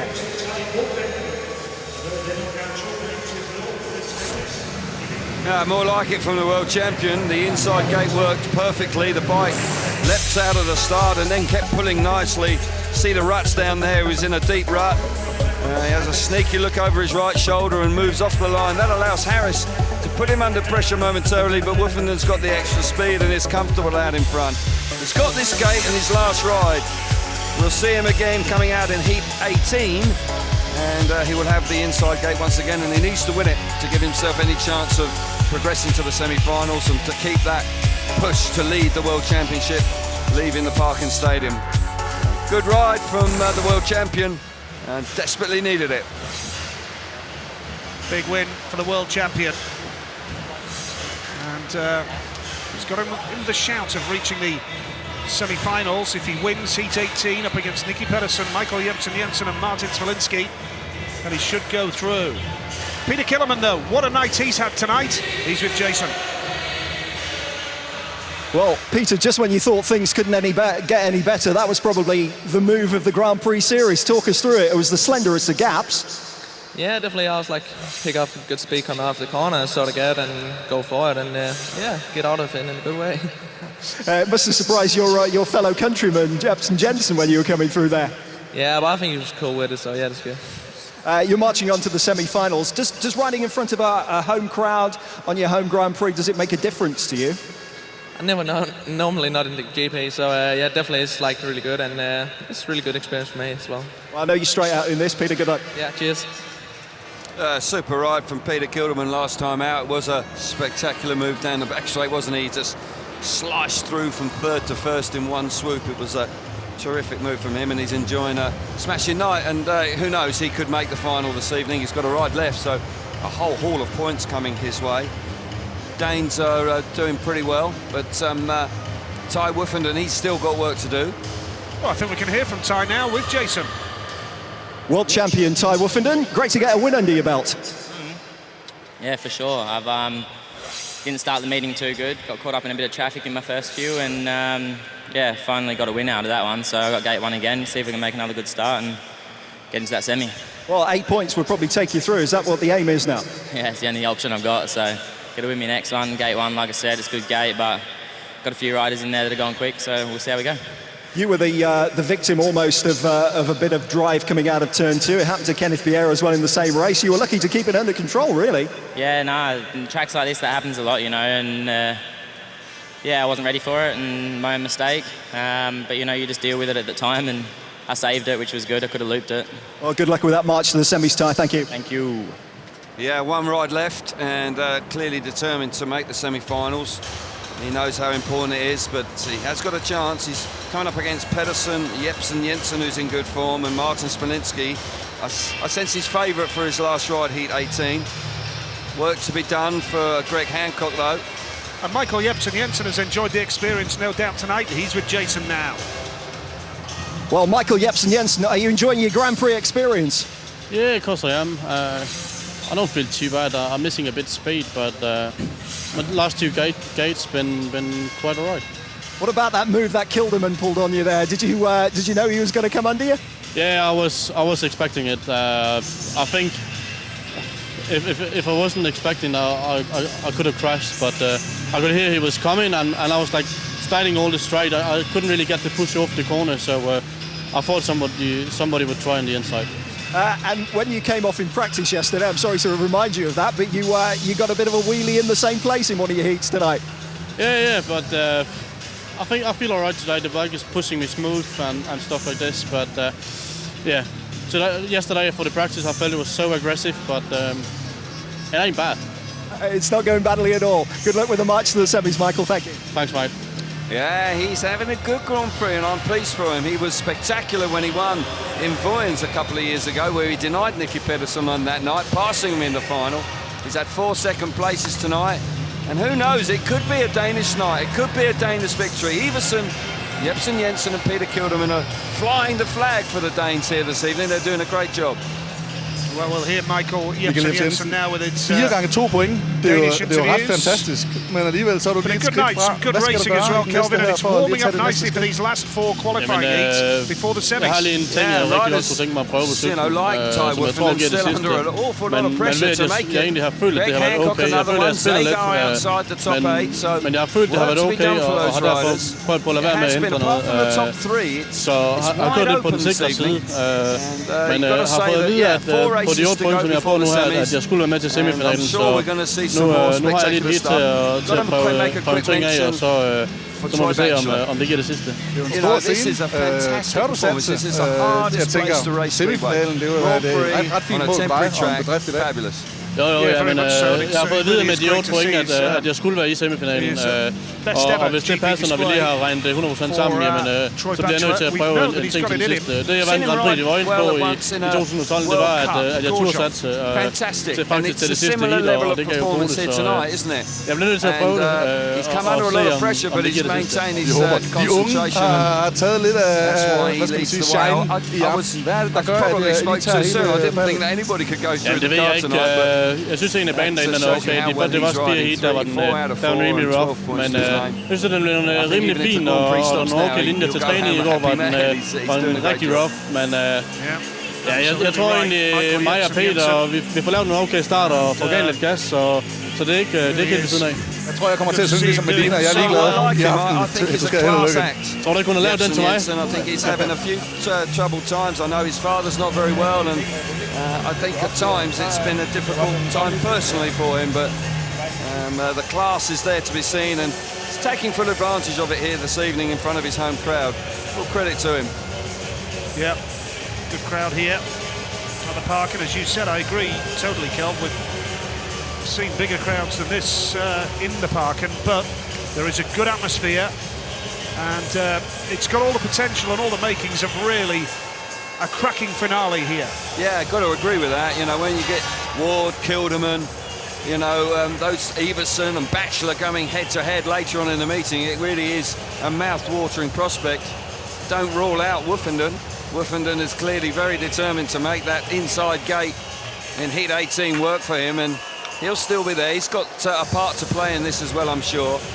And Hancock there will be desperate to follow him. Yep, big ride coming up here then for Greg Hancock, but what a lineup it is, Kelvin. Not the easiest of races, Nigel. Peter Killerman, Darcy Ward, Greg Hancock and Niels Christian Iversen. Heat 17, that's worth the admission money alone, isn't it? Yeah, don't envy Greg here. It's a tough call. We have seen him make some fantastic starts, but hasn't been quite at his best this evening. He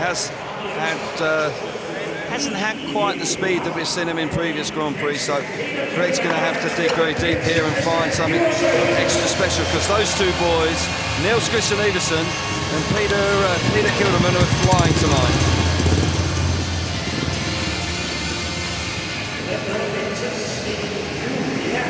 Well, what a lineup it is. Darcy Ward in blue here, who has propelled himself back into World Championship contention tonight. Yeah. Darcy Ward. And just cutting across your night, he's changed his bike. Just having a close-up of the bike there, was dead clean. It's quite a brave move. They may have found something not right with the other one. Hasn't been making starts. Maybe they're sort of rolling the dice a wee bit here to try and think that maybe that one might just jump off the start a little bit better. He's been riding brilliantly, of course, but has found it difficult to get to the first corner. So they've obviously decided the second bike might be worth a try. Woffinden 68, Hancock 67, Ward on 59, and Pedersen 58, Zagar 58. Niels Christian Iversen has moved right up the standings tonight as well. Chris Holder has slipped down, which is only understandable having not raced here, and let's really hope that Chris is back in a fortnight's time for Cardiff. Here we go, heat number 17. Massive race coming up. Don't take your eyes off this one. Big lineup, big points on the line. Heat 17 coming up.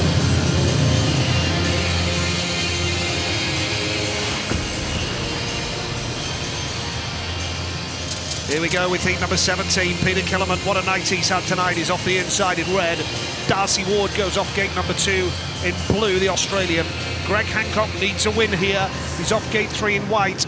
And Niels Christian Iversen, my goodness, what a night he's had as well, outside in yellow. It is a massive race coming up, heat number 17. Yeah, absolutely. The two Danish riders have been superb this evening. Iversen on the outside with Peter Kilderman, very much a danger man here for the other three because he's on the inside, and his bit of confidence seems very relaxed when he's been spoken to. Darcy Ward on a second bike out of gate 2, and Hancock absolutely needs a win. Brilliant race. Here we go, heat 17, and Hancock has made a beauty off gate number 3. That's what Greg Hancock is all about, but Killerman holds the inside line. Is there any room for Hancock? Oh, what a move from Greg Hancock. Has just got the drop on Peter Killerman in turn 3. Darcy Ward is third. Niels Christian Iversen at the back, but that is what Greg Hancock's all about, but Killerman won't give up here. Super Speedway. Class move there from Greg Hancock as he opened the door and Kilderman was there, but he somehow managed to slam the door shut going into turn 3. Super Speedway from Hancock under immense pressure. Kilderman looking good in second place. Ward working overtime in third. Once again, just can't quite get the key to the starts. Ward on the outside. Iversen's out the back. Oh, Ward's now vulnerable to Iversen. Iversen's now in the third place. Too wide from Ward. Great ride from Hancock though. Greg Hancock is going to move on to 8 points with a magnificent ride. Second place there was Peter Killerman, who moves on to 12 points now. Super Speedway. Ward gambled by going wide into the dirt, and that allowed Iversen through. Great Speedway. Heat number 17. Fabulous ride from Greg Hancock. You can never write him off. Under immense pressure, a hugely competitive race, probably coming out of one of the most demanding start positions, gate 3. Absolutely sensational to the first corner. Got to take your hat off to Greg Hancock there. Excellent ride. Peter Killerman, 12 points as the wild card. Hancock rockets up into 4th place now with 8 points to his name. That was a massive ride from him. Darcy Ward's on 8 as well. Sheer class. Hancock was perfect away from the tapes. Let's watch it. Tapes up. Then he asks the bike to drive again, and it does. Rides too wide now. Leaves the door open for Kilderman, and this is the move that seals the win. Somehow squeezes around the outside, and then slams the door shut going into turn 3. Really was quite a good response. Look at this. Lovely move from Hancock, enables him to get to the front, and then he's able to dictate terms out in front. Good ride from Kilderman. Disappointment for Ward, Nigel. That really is last year's winner here. Just has not been able to really stamp his authority on the meeting. Vulnerable, maybe. Vulnerable there. Well, he's got a win under his belt. Hancock's got a win under his belt as well. Woffenden's going to need a win. Could go down to countback. Who met who? Hugely competitive night. Hancock just coming up here. 8 points, and that vital win there in the previous race. But here, big heat 18 for Ty Woffenden, Nigel. So heat number 18 it is. Off the inside gate is Woffenden. 5 points to his name. Now we see Hancock leading the championship by 2 points over Woffenden. Ward's on 59, but Ward drifted wide there. Yeah. And I know hindsight is a wonderful thing, but he would have been better off staying on the inside line because Iversen wouldn't have gone past him. That's dead right. right. If he'd have stayed there. He gambled and it didn't pay off, and he'll be kicking himself now, but could still squeak through to the top 8. Heat number 18, Ty Woffenden off the inside gate. Nicky Pedersen goes off gate number 2 in blue. Michael Jepsen Jensen in 3. who's got 8 points, and Martin Smolinski off the outside. Struggled for consistency tonight, and Martin Smolinski's form, which, you know, understandable, it's his debut Grand Prix season. He's found it tough since the fairy tale opening in Auckland. Well, he almost started too well, didn't he? And he's had so much to live up to subsequently. He rode the wave of confidence for a few weeks, but unfortunately, in the last 2 or 3 GPs, it's found it more difficult. I wouldn't be surprised to see him riding in more league speedway very shortly. I think that's exactly what he needs. Big race for the world champion here, Nigel, off the inside. He's got Nicky Pedersen alongside him, who has got pride on the line here. Woffenden has made a clean getaway off the inside gate. Woffenden has that lead now. Nicky Pedersen's got speed, and he's going high around the outside. Can Woffenden hold on? He needs the win here. Pedersen is really going to work it hard, but Woffenden has the lead. Pedersen is second. Michael Jensen comes through into third, and Martin Smolinski's at the back. Now, if Woffenden hangs on here, that'll be 2 race wins and he's 8 points, and that should be enough for the semi-finals. Well, great battle out the back. Smolinski gets the better of Jensen. The inside gate has been a saviour for the champion this evening, because he's made that start. Pedersen was looking threatening earlier on, but he's now been dropped in second place by Woffenden. A lap to go. Smolinski's done well to get the third, but this is just what the doctor ordered for the world champion. Woffenden has come good in his last 2 rides. He's got the race under his belt here now. Heat number 18. It's Ty Woffenden who takes the checkered flag. Nicky Pedersen's night finishes there with a second place. Third was Martin Smolinski, and Michael Jensen trails in at the back. The British fans here in the Parken tonight. Michael Jensen might well suffer for that last place. Hasn't won a race. Finishes on 8 points. Hancock and Ward and Woffenden have. It might go against him. Might just go against him, and that'll be disappointment for him. Woffenden's won 2 heats now. Pedersen second there. Third went to Martin Smolinski, and this is what it means overall. Woffenden now into 4th place, and that will be enough for him to get into the semi-finals. But Jensen could suffer there because of a lack of race wins, which would be a major disappointment after the great work that he did earlier on. But Woffenden is making some starts now, Kelvin. Yeah, the inside gate comes to his rescue. Top stuff from the champion.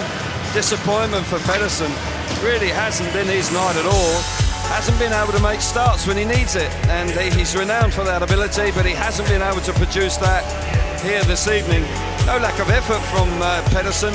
See him charging hard here earlier on, putting Ty Woffenden under a lot of pressure, but just cannot find the way to the front. Hugely important ride here from Woffenden. The inside gate in his 4th and 5th rides has been vital to his charge into the semis, and it's a nice ride. Jensen could well be bitterly disappointed here, because Martin Smolinski could well deny him by stealing 3rd place off of him of making the semis. We'll keep our fingers crossed for him, but no race wins can go against you. Well, Matty Zagar is on 5 points. He's off the inside gate here, and if he wins this race, he could be back in it in the semi-finals. The World Championship sees Woffenden retake the lead on 71 from Hancock on 70, and Pedersen knows he will take no further part, and he can only wait and watch what Hancock and Woffenden do in the semi-finals as they extend their lead over Nicky Pedersen. Yeah, it's been a tough night for Pedersen. He's not been at the top of his game, and, you know, as I said just moments ago, he's renowned for his starting ability, and he hasn't produced them this evening. Number 19, Matty Zagar going off the inside in red. Kenneth Pierre, disappointing night for him, including that tapes exclusion. He's off gate 2 in blue. What a night for Troy Batchelor, man of the match. To coin a football or a cricket phrase, 12 points to his name. We are at a football stadium. We are. I'll let you have that one. Thank you. Chris Harris, outside in yellow. Heat 19, the penultimate race of the qualifiers here. If you have just joined us, it is a temporary track here that they've laid over the football surface. The same will happen in a fortnight's time in the Millennium Stadium in Cardiff. Big race for Zagar, inside gate. Can he get the win to give him a chance at the semi-finals? He's got the lead here now, and Harris is coming through. Batchelor around the outside in white. Troy Batchelor's got all sorts of speed. Zagar looks up, he's gone wide. Batchelor comes through! What a move from Troy Batchelor! And Zagar is second, and that might cost him a place in the semi-finals. Has got a race win, but you're right, Nigel. Being relegated to second place is not. What a night for Troy Batchelor. Everything going for him. Zagar goes too wide and he's there ready to pounce. The bike's fast too. He's stretching away out in front. Zagar will be desperate if he misses out. Just a momentarily hesitation. He ran a little bit too wide, and that could well cost him. Pierre, disappointment for him. A desperately disappointing night for the Kenneth Pierre, but what a night! 15 big points for Troy Batchelor. Excellent. Troy Batchelor gets a maximum in the qualifiers. 15 points out of a possible 15. Wonderful performance from him. But a quick reminder and a note of caution. It doesn't necessarily mean that you win the Grand Prix. Well, we saw that, of course, in Prague with Darcy Ward. Went through the card and then failed to make the final. And just ran third and missed out, but still, nonetheless, 15 points, 5 rides, 5 wins. He's got to be a happy man. Yep, Zagar finishes on 7 points tonight. Kenneth Pierre, major disappointment in his home country here. He has done well in Parkin before, but here tonight, 3 points. But Troy Batchelor, he's the talking point, along with Killerman. Now, at the start of the night, if you'd have said Batchelor and Killerman are going to top the standings going into the semi-finals, you'd have laughed at me. I would have given you big, big odds, that's for sure. A great effort from Troy Batchelor. I've got to say that Michael Jepsen-Jensen may have just been saved there by the fact that Zagar wasn't able to win the race. We shall wait and see. Seeing it again, great start initially. Zagar there at this stage would have felt, right, this race is mine. Allows the bike to run wide there, just locks up a bit. Can't quite keep a tight line, and Batchelor once again, when things are going for you, you're always in the right place at the right time, and Zagar cannot get back to the front, and that could cost him a semi-final spot this evening. Batchelor, though, comfortably into the semi-finals, and will have the first pick with 15 points. By my reckoning, a second place for Christoph Kasperzak here would do him nicely for a place in the semi-finals, because that would put Jepsen-Jensen out. Hampel is on 7 points, but for Troy Batchelor, what a performance from Matty Zagar. Tough night for Zagar. Case of what might have been. Yeah, Zagar's been in good form, and he hasn't quite managed to do it. It's been a difficult night for several riders, hasn't it? The inconsistency. That's what makes the performance from Batchelor even more impressive, that he's been able to get through the card unbeaten so far. Fabulous. Kasperzak in a position to make the semi-finals. You've got to say, didn't look that impressive last time, so he's got to dig deep, Kasperzak. Well, here we go then with heat number 20. Big race for Christoph Kasperzak needed now. It's Andreas Johnson off the inside in red. Jarek Hampel goes off gate 2 in blue. Kasperzak gate 3 in white. Freddie Lindgren goes off the outside in yellow. Big heat, the last race of the qualifiers. Well, both the Swedes have been disappointing again this evening, haven't they, Nigel? 4 points to each of them. You know, they're better than that. They just can't seem to produce it on the big nights. Couldn't agree more. Number 20. It's a good start that time from Andreas Johnson off the inside gate in red, and now Kasperzak tries the inside line. Hampel going high and wide around the outside, and that was a lovely move from Jarek Hampel of Poland. Spectacular move around the outside to get the drive. Johnson is second. Kasperzak is third here in red, and this would mean that Christoph Kasperzak would finish on 7 points, and that would mean that Michael Jepsen-Jensen would survive by the skin of his teeth, but Hampel has the lead. Second place in red is Andreas Johnson, and Kasperzak third. Yeah, great move there by Jarek Hampel. You know, silky, smooth down the back straight to allow the bike to just slip round the outside of Andreas Johnson. Kasperzak disappointing here. He would have wanted more than this. 2 points, that's what he needed. He's not going to get it. And Freddie Lindgren out the back. Another not a good night for him. Super ride from Hampel. He's going to win the race. 10 points into the semi-finals tonight. Good stuff. Down to the line for third. It looks as though Kasperzak just about held on there. But Michael Jepsen-Jensen does reach the semi-finals. So does Jarek Hampel with that win. Yeah. And the top 8 is now clear-cut, because Hampel moves on to 10. Jepsen-Jensen finishes in 8th place on 8 points.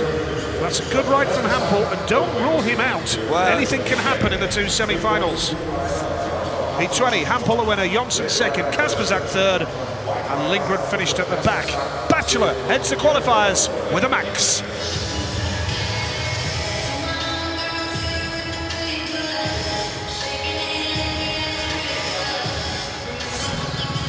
Good ride from Hampel. We've seen him do that once before this evening, where he allows the bike to swoop round the first corner, and he's a master at allowing the bike then to generate lots of speed. Gate 2 digs in. Initially Jonsson, who made a good start from the inside, has to cover Kasperzak as well. He's in two minds there, but leaves enough racing room for Hampel, and he exploits it. You know, we've seen that several times this evening, that move as they get 2/3 of the way down the back straight, they're able to use the extra speed to slip into the front. Good ride from Jarek Hampel, 10 points. He's finding the consistency that we're accustomed to seeing from him in the last couple of Grand Prix, and he's delighted to have picked up another win. And he's nicely through to the semi-finals. It's been a good meeting so far. A surprise 15 points from Troy Batchelor, but I'm sure he's delighted. But some big races coming up. Absolutely, the semi-finals coming up here in the context of the World Championship as well. We have the Greg Hancock, Ty Woofenden World Championship race very much alive, and that's coming into the semi-finals. Well, we were delighted here tonight to welcome the Crown Prince of Denmark earlier this evening, being introduced to Anders Secker, the Danish team manager, Ollie Olsen, the Danish legend, 3 times world champion, of course. It really is good to see him here tonight. And let's hear from Jason Harrell now. Jason Harrell caught up with the Crown Prince.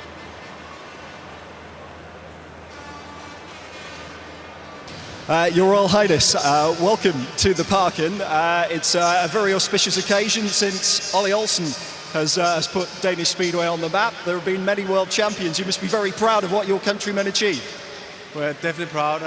Not only Ole Olsen, he kicked the whole thing off way back 40 years ago, but he's had a lot of descendants in this way who's done a great thing for Denmark and for Speedway as a whole. It seems an amazing atmosphere in a fantastic stadium. Do you think that the fact it's the 100th year of the Danish Motor Union has added to that? The crowd are aware of that? Actually, you'll have to ask some of the crowd on that, because I'm not an expert, but I take it that there is a certain sort of followers and aficionados on Speedway, so I think they would be here any which way. But of course, 100 years is good. We're proud that the Danish Motor Union celebrates its 100th year. Do you have a winner for us tonight? I'd like to see a date.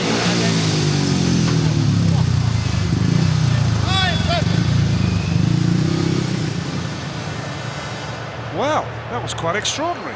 Well, I think there was more action there than we've seen out on the track. TV gold. Tell you what.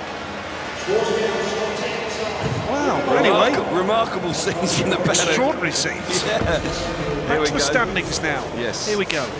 Top 8, clear cut. It's Troy Batchelor, Peter Killerman, Niels Christian Iversen, Jarek Hampel, Ty Woofenden, Greg Hancock, Darcy Ward and Michael Jepsen Jensen. Good stuff, and it's really all set up beautifully. Yes. Because when we talk about riders numbers 5th and 6th there, Woofenden and Hancock, they're at the top of the standings for the world title right now. Yeah, and they had to work overtime to make it through to tonight's semi-finals. Fairly even spread on the outside 3, but the inside gate has been favourite. And I wouldn't be surprised to see riders going for that straight away. Troy Batchelor will have the first pick, of course, and I'd be very surprised to see him take anything else but the inside gate. It is the safe bet, isn't it? Gives you that nice short run to the first corner. Expectation now in the crowd, just patiently waiting. They've got 2 riders to really get behind, haven't they? 3 riders, excuse me, with the survival of Jepsen Jensen. I'm pleased for him because, you know, he's ridden pretty solidly, just had a poor last ride, so just creeps in by the skin of his teeth. But yeah, so should be some pretty competitive semi-finals coming up. Important to get the bike set up right now because the track is having extensive treatment to it. The heavy roller, as you say, Nigel, is out. Cricketing term, I believe. We've got them all coming out tonight, haven't we? Might turn off the seam a little bit. Yeah. Certainly it's has kept the ruts under control, hasn't it? We haven't seen so much unpredictability in the track. And the 2 tractors grading nicely. Yeah, it's been a good Speedway meeting so far. Just waiting for the 8 riders to step up for the pick for gate positions for the semi-finals here.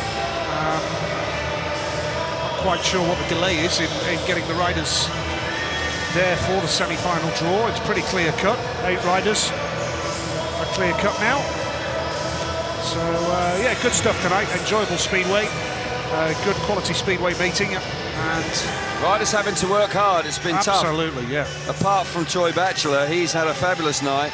Can't believe he'll take anything else but from the inside gate. No surprise there.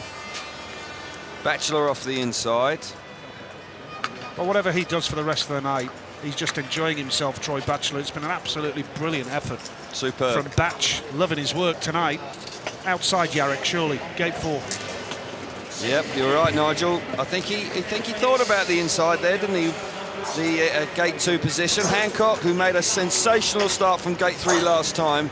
Will that memory prove to be important here? It is. It is. He did make a super start. Hancock out of gate 3, and Ward will go from the outside. He won't mind that. We've seen some great turnbacks in the past from Darcy Ward in the first corner, and we know what he's capable of. Batchelor, Ward, Hancock, Campbell. That's the lineup then.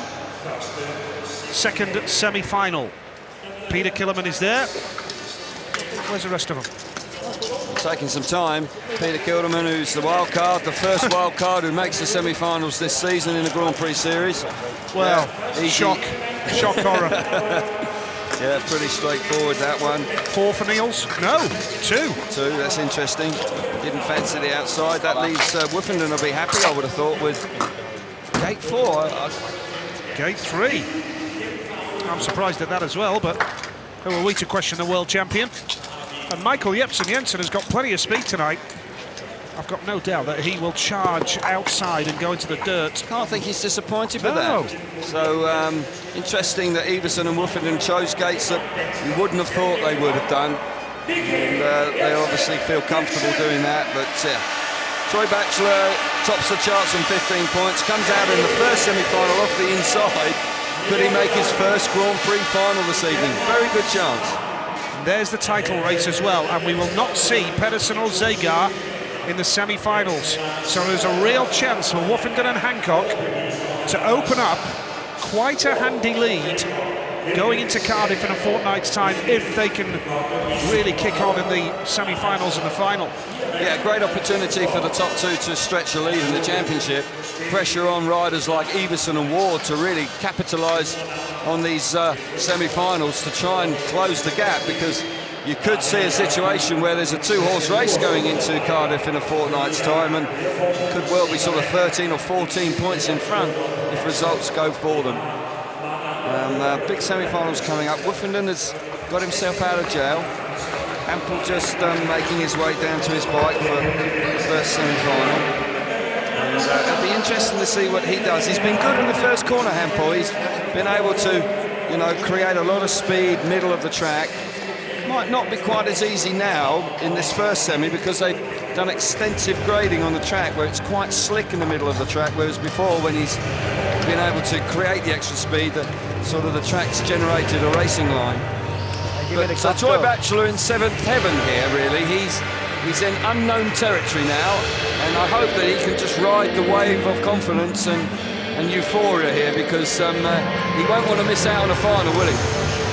Absolutely right. Good night for Swindon. Troy Batchelor and Peter Killerman leading the way in the Grand Prix. Yeah, 15 and 12 points respectively, and Kilderman's been fabulous as well. He's ridden nicely. Hasn't always made the starts. He's had to work hard, and it'll be interesting to see if he can continue on. Ward could be a danger here. He was such a spectacular winner here last year. I do think there might have been a fraction more grip in last year's Grand Prix that helped him, because he did come through the pack. He got 19 points here last year, Ward, which was a fabulous return. And when you consider he was coming back from quite an extensive layoff, because he'd broken his shoulder blade in the Gothenburg Grand Prix early May, it was it was a fabulous performance. So here we go for the first semi-final of the night.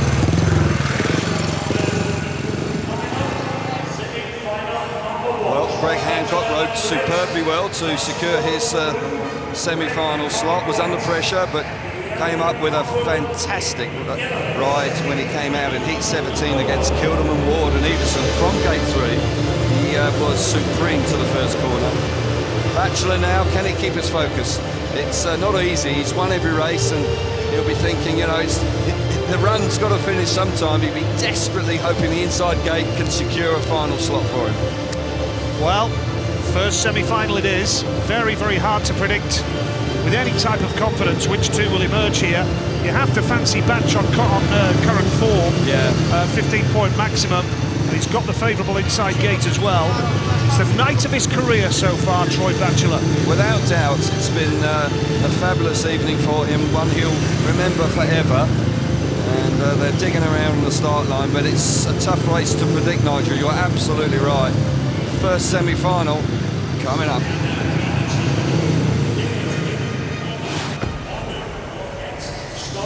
First semi-final and maximum man Troy Batchelor goes off the inside in red. Darcy Ward, gate 2 in blue. Greg Hancock, just behind Woffenden in the title race, goes off gate 3 in white. Jarek Hampel, dangerous off the outside in yellow. What a lineup. It's a semi-final, and Troy Batchelor is having the night of his career so far. He is. Everything's falling right for him. Even in his last ride, Zagar had hit the front and made a mistake, and he was there ready to pounce. Hancock has worked overtime. I've been watching him on his start position. He's done a lot of gardening there. He's really stamped the dirt down. And we saw what he did in his last ride out of gate 3. He needs to reproduce something like that again. Hampel's been good. He's won a couple of races tonight. Ward could be dangerous. He's had speed, but hasn't been able to be consistent away from the tape. Great race this is. First semi-final, only two can go through to the semi-finals here in Parken, and Batchelor's made a beauty off the inside gate. Hancock's mid-track and has gone wide and has got second spot right now.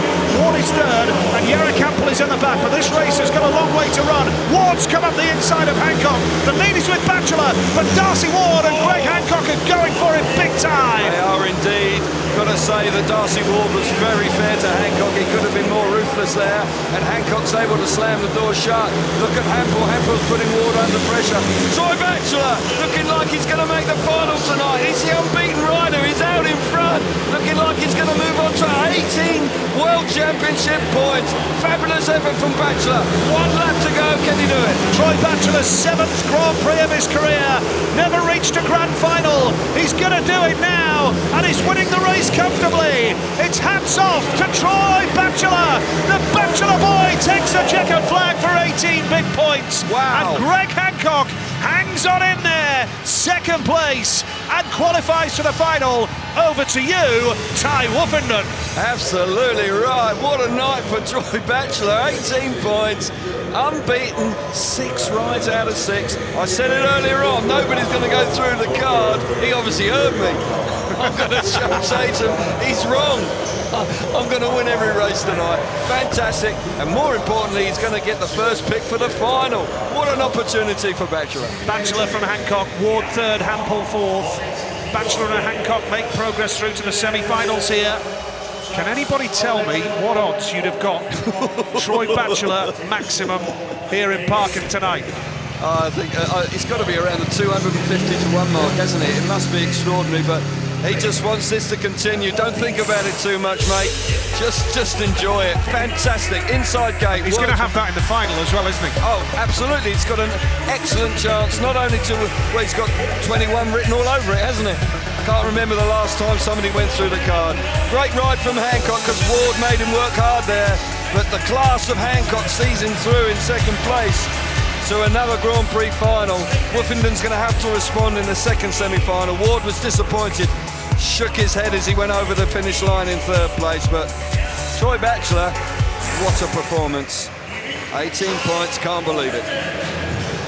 Well, what a performance. Troy Batchelor, sensational effort, and Greg Hancock just goes about his business, steady as you like, in the grand final, and that means now that Greg Hancock has qualified for the 74th final of his 174 GP career. Never missed one.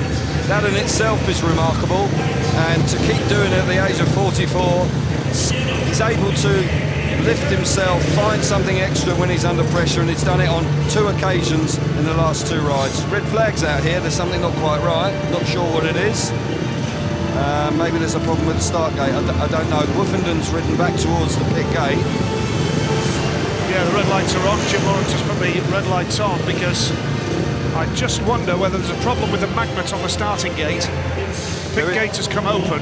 There is a problem with the start gate, yeah. Oh, just as the tension was rising here. And now a little bit of remedial work needed for the start gate, the inside part of the gate. It looks as though there may be a problem with the magnet. No expert. No. What a night for Troy Batchelor, though. Starting gates are obviously an important aspect, but you've got to reflect on that 18 points so far for him. That was unexpected. Couldn't have seen it coming. I don't think he could have seen it coming, in all truth, could he? No. But he'll take it all day long. Great ride from Greg Hancock. Got to reflect on that. It was a very competitive race, and Ward was really strutting his stuff behind him. It was very fair, Ward. Early in the race, I think he could have been quite ruthless and forced his way in. Looks like the tapes might well be working now, Nigel, so it shouldn't be too long before we see the 2 minutes come on and riders making their way back round to the start. But yeah, I've really enjoyed it. I don't know what you think, but it's been really good. But a good speedway meeting. There's been some good racing. It's not been absolutely mind-blowing, but it's been good speedway, enjoyable racing. Troy Batchelor and Peter Killerman, a great story in themselves. Full credit to those two guys. They've done a fantastic job. Hancock and Woofenden scraping through on 8. Yes. It's had all the ingredients. There's been some good stuff there. Yeah, Jepsen Jensen's done nicely, coming in as a last-minute replacement for Holder, making the top 8. And it looks like it's developing into a bit of a 2-horse race, this World Championship, isn't it? If Woofenden makes the final, definitely. Woofenden now knows he must make it, because Hancock rode nicely there to get into the final. He won't want to miss out, will he? And he'll want to go there with just a point or two between them going into Cardiff in a fortnight's time. Really nicely set up. Also, it's been great to see world champions of the past here tonight, Kelvin. Barry Briggs is in the pits, we've seen, of course. Eric Gunderson, Jano Pedersen, Ollie Olsen is here, of course. Yeah. Not to mention the boys in the lineup itself tonight that are former world champions. There's a glittering array of speedway stars here tonight. And no, it's been enjoyable and plenty more to come. Yeah, the great and the good are here. Yep. And there's no question it's been a star-studded night. The meeting is living up to that. It's been a little bit unpredictable, hasn't it? The track at times has created a few issues, but by and large they've been able to keep it under control. I think the heavy roller actually has worked a treat, because I think early on we saw some ruts appear in the first 4 races, and that was alarming, because you think, crikey, how on earth they're going to keep that under control. But fair play to the track staff and the equipment they've got here. They've done that, and the racing's still been of a high quality. Yeah, so here we go for the second semi-final then. And whatever happens now, look at that. The standings, Hancock and Woofenden, and we know Pedersen and Zagar will not take any further part. Whatever happens, it is set up beautifully for Cardiff in 2 weeks' time at the Millennium Stadium. That's Saturday, right. July the 12th. Do not miss it.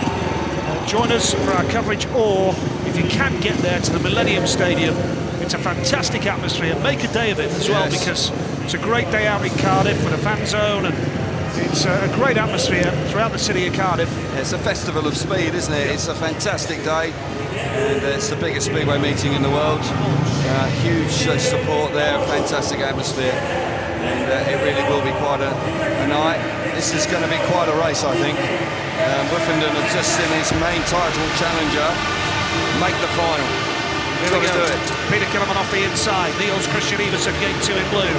Ty Woofenden is off gate 3 in white, and Michael Jepsen Jensen off the outside. 3 Danes plus Ty Woofenden. What can he do here? Well, danger men are Kilderman and Everson, aren't they? They've been in good form. Kilderman's fast. He's got the favoured gate. You could see him making the final, couldn't you? You could see him making the final. Woofenden's going to have to find something special here. Don't think he's quite been at his best this evening, but can't always be at your best. And somehow he's got to find the key to make the final. Here we go. Second semi-final here in Copenhagen. The pressure is on. The green light is on. And it's a great start from Killerman on the inside, and Woofenden has made the switch up the inside, but the lead is with Killerman. Everson almost loses control, and Woofenden's going to the back here now. Greg Hancock will be happy about that. The lead is with Peter Killerman. Second place, Niels Christian Iversen. Woffington third, and Woffington has got to find something special now if he's to make it into the final. Brilliant start from Peter Kilderman. Iversen's now vulnerable. What a move that is from Woffington. Woffington chops to the inside. Wheels in line. Neck and neck. Iversen slams the door shut. Into there. Woffington now loses speed. He's got to find and do the hard yards all again. Kilderman's in. He's flying out in front. The inside gate proving to be a real advantage late on in the night. A lap to go. Can the champion make the final?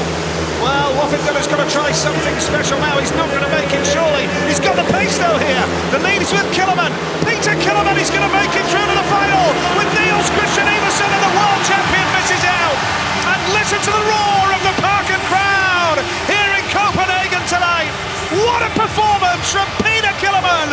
He's a wild card, and what a display he's put in here. Absolutely magnificent from Peter Killerman. Fantastic display from Peter Kilderman. The two Swindon boys really turning on the style tonight. Both of them are through to the final. Batchelor and Kilderman, the inside gate in the semi-finals, working a treat. Fast out in front, untouchable. Feel for the champion. He worked overtime there, just couldn't quite make it, but can't always make it. What a great opportunity for Greg Hancock this evening, but Peter Kilderman, Niels Christian Iversen, the Danes are delighted. Killerman the race winner, Niels Christian Iversen was second. Woffington third, Jepsen Jensen at the back. And the final is still to come here in Copenhagen.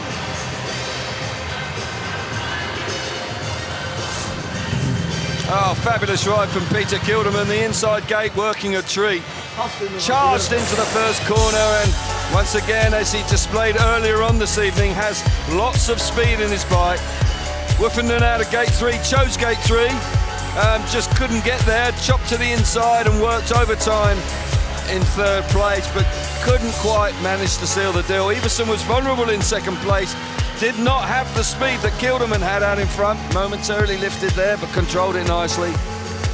Later on in the race, big moves from Woffington, the champion, desperately looking for a way through, but Iversen rides smart there and defensive going into the first corner, but Kilderman through, Iversen through, the champion misses out. A great opportunity for Hancock.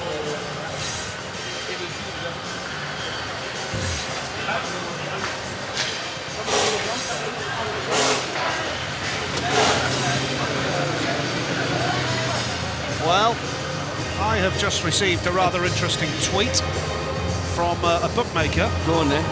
You could have had 1,000 to 1 on a Troy Batchelor maximum win tonight. Okay. 1,000 to 1.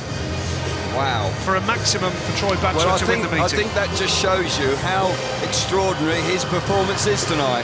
When you look at the races and how hard people are having to work, it really is a sensational performance from Troy Batchelor. He's had gate 3 times, fair play to him, but he earned that possibility. You see the gate wins. Gate 1 really is dominant right now, and I see no reason why Batchelor won't choose it. It's going to be really important, I think, to hit the front.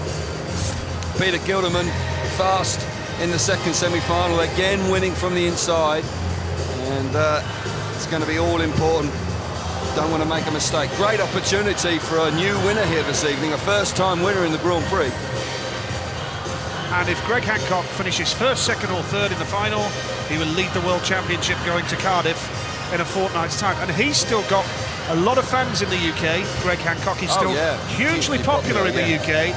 So that just adds to it as well. And he won the league with Paul last year, didn't he? So he's going to have a few Paul fans down there shouting for him. Of course, you know him very well from his Cradley days. So yeah, here we see it now. Batchelor's got an easy decision. This is nice when one gate is so clearly better. No problem at all. Batchelor off the inside. Peter Kilderman, very relaxed. Yeah, off the outside for Kilderman. He'll be fast. He'll generate a lot of speed there. Iversen, he's happy with the gate 2. And then I think Greg Hancock's had the last 3 rides. I think they've all come off gate 3. So he's getting used to that, or he's getting bored of it, one of the two. But now Hancock has ridden nicely in the last few rides. A fantastic opportunity for a Danish win. They've got a 50% chance, of course, but a smashing opportunity for Batchelor to score 21 points and win his first Grand Prix. Staggering. Yeah. absolutely right. So, Iversen, 2 Grand Prix wins in his career. Hancock has won 17. Batchelor and Killerman have never won a GP, and that's because they've never been in a final. And that makes sense. Absolutely. And Troy Batchelor, we remind you, is on an 18-point maximum. Yeah, and he's on the inside, so he's got every chance of making it a 21-point maximum. 7 out of 7. I know there'll be a stat somewhere here buried in the papers, but can't remember the last time somebody went through the card. It's very rare now. 2010, Thomas Gollop in Denmark. Okay, so it's been some considerable time. The 11th of September 2010. It just doesn't seem to happen now, does it, where riders can actually produce win after win. You know, Ricardson was a master at it, riders like Gollop, of course. Crumpy was another one. But here this evening, unexpectedly, 1,000 to 1. Troy Batchelor is on the verge of achieving that, and that will go down. Well, it already is his best night in Speedway, so it could well turn out to be quite something extraordinary. Absolutely right. Promises to be a terrific final. So, good Speedway, enjoyable meeting, and we've got the final to come now. Yeah, and we've got the World Cup coming up, and of course we're going to see this man again. We'll see him in 2 weeks in Cardiff, where he'll have a good, strong following. He's ridden in the UK for some considerable time, and of course he will be at King's Lynn for the first round of the World Cup as part of the Australian team. He captained the Australian team last year in the World Cup and did a pretty good job, so he'll be looking forward to that. But right now they've got other things on their mind. They've got just under 60 seconds of work here to do to achieve something that's quite special. Peter Kilderman, the best wild card by far this year, by far, has ridden supremely well, fast, exciting to watch, has really been an entertainer this evening, I've got to say. He's done a great job. Very much so, and love watching him ride. We've said it many times, Kelvin, through our travels in Britain. Whenever we've seen him ride, we've always enjoyed watching Peter Kilderman. Yeah, when he burst on the scene, I wasn't sure about him because he sits down in the bike, and I thought, oh, that might hold him back, but he's the exception that proves the rule in lots of respects, because he has this marvellous balance on the bike, and even when it lifts or gets out of shape, he has the ability with his throttle control to keep the bike really going nicely. This is Thirsty working at night. Plenty to shout about. Peter Kilderman has certainly created plenty of action out there this evening. Well, I wonder what's going through his mind. Jakob Olsen there in his corner, just having a chat with him. And Jakob, of course, the son of Ollie Olsen, who's the 3-time world champion. I'm not sure. Is he maybe one of Peter's sponsors? I've seen Jakob's business on one of the Kevlars tonight. Jakob runs a series of bike shops throughout Denmark. Yes, he does, yeah. Well, it could very well be, but Jakob, of course, is a Speedway rider in the past himself, so he knows what it's all about. He's just having a bit of a chat. Crown Prince there, keenly looking on. He's got a 50% chance of a winner tonight. Great to see him here tonight. Really hope he's enjoyed his Speedway tonight. I wonder if he enjoyed that moment in the pits. That was quite special. Nearly wiped out in the paddock. Royalty would have been all over the papers, that's for sure. Well, we'll get the push off very shortly. We're just waiting for the pit gate to open. 2 minutes isn't on yet. And really hope you've enjoyed our coverage tonight, wherever you are in the world. Really been some fantastic stuff. Riders pushed off, ready for action. The final is coming up.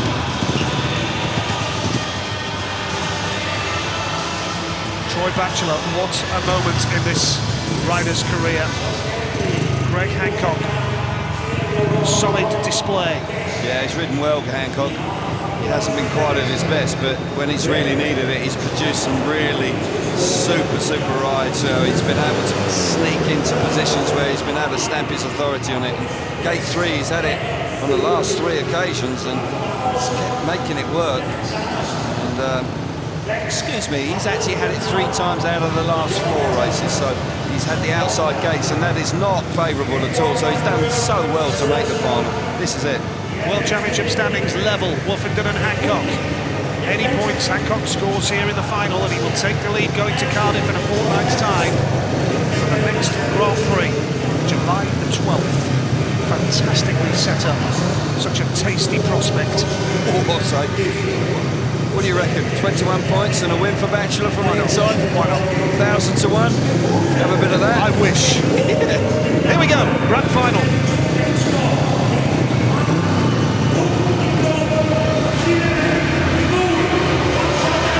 Here we go, Troy Bachelor. You could have got 1,000 to 1 with one bookmaker earlier today to get a maximum and win the GP.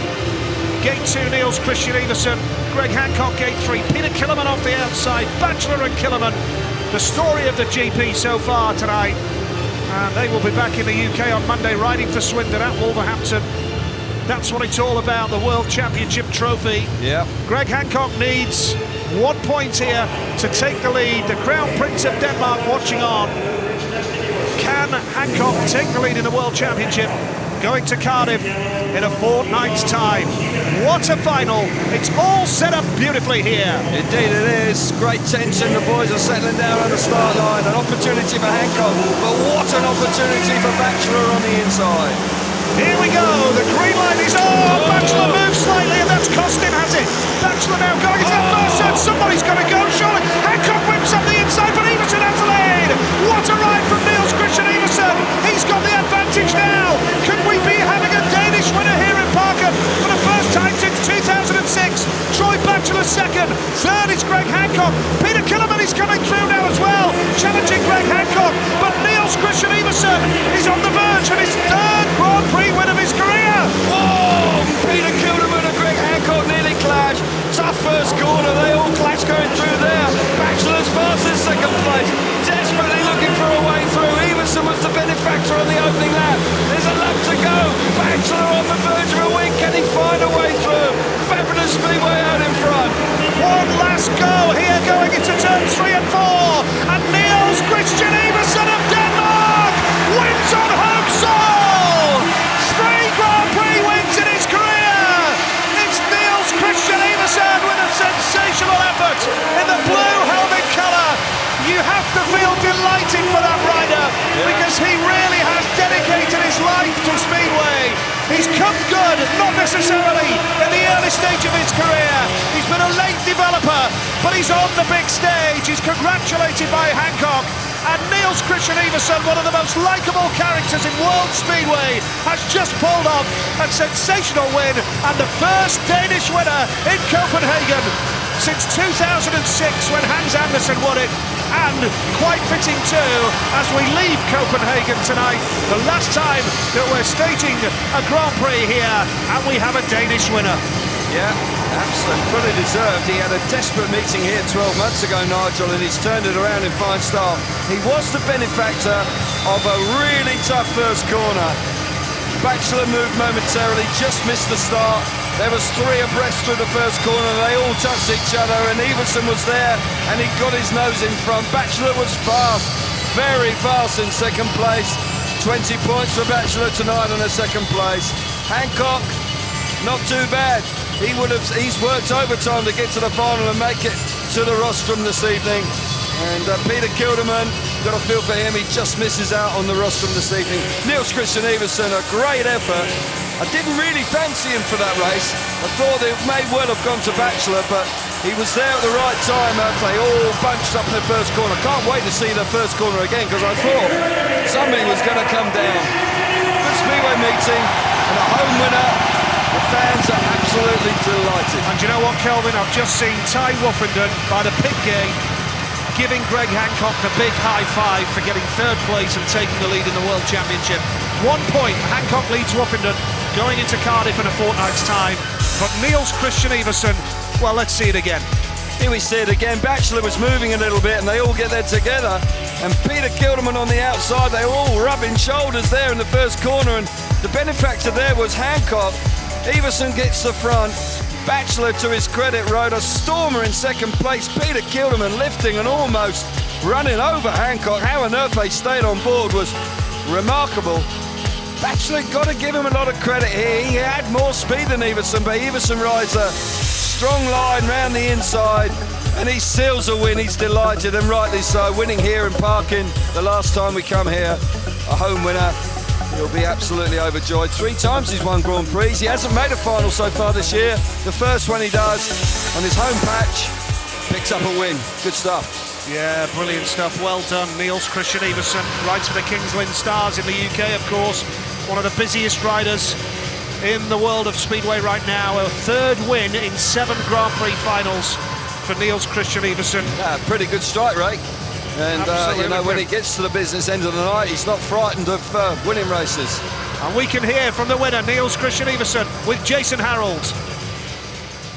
Well, Niels Christian Iversen, just tell me what it means to win the Danish Grand Prix in Copenhagen. Yeah.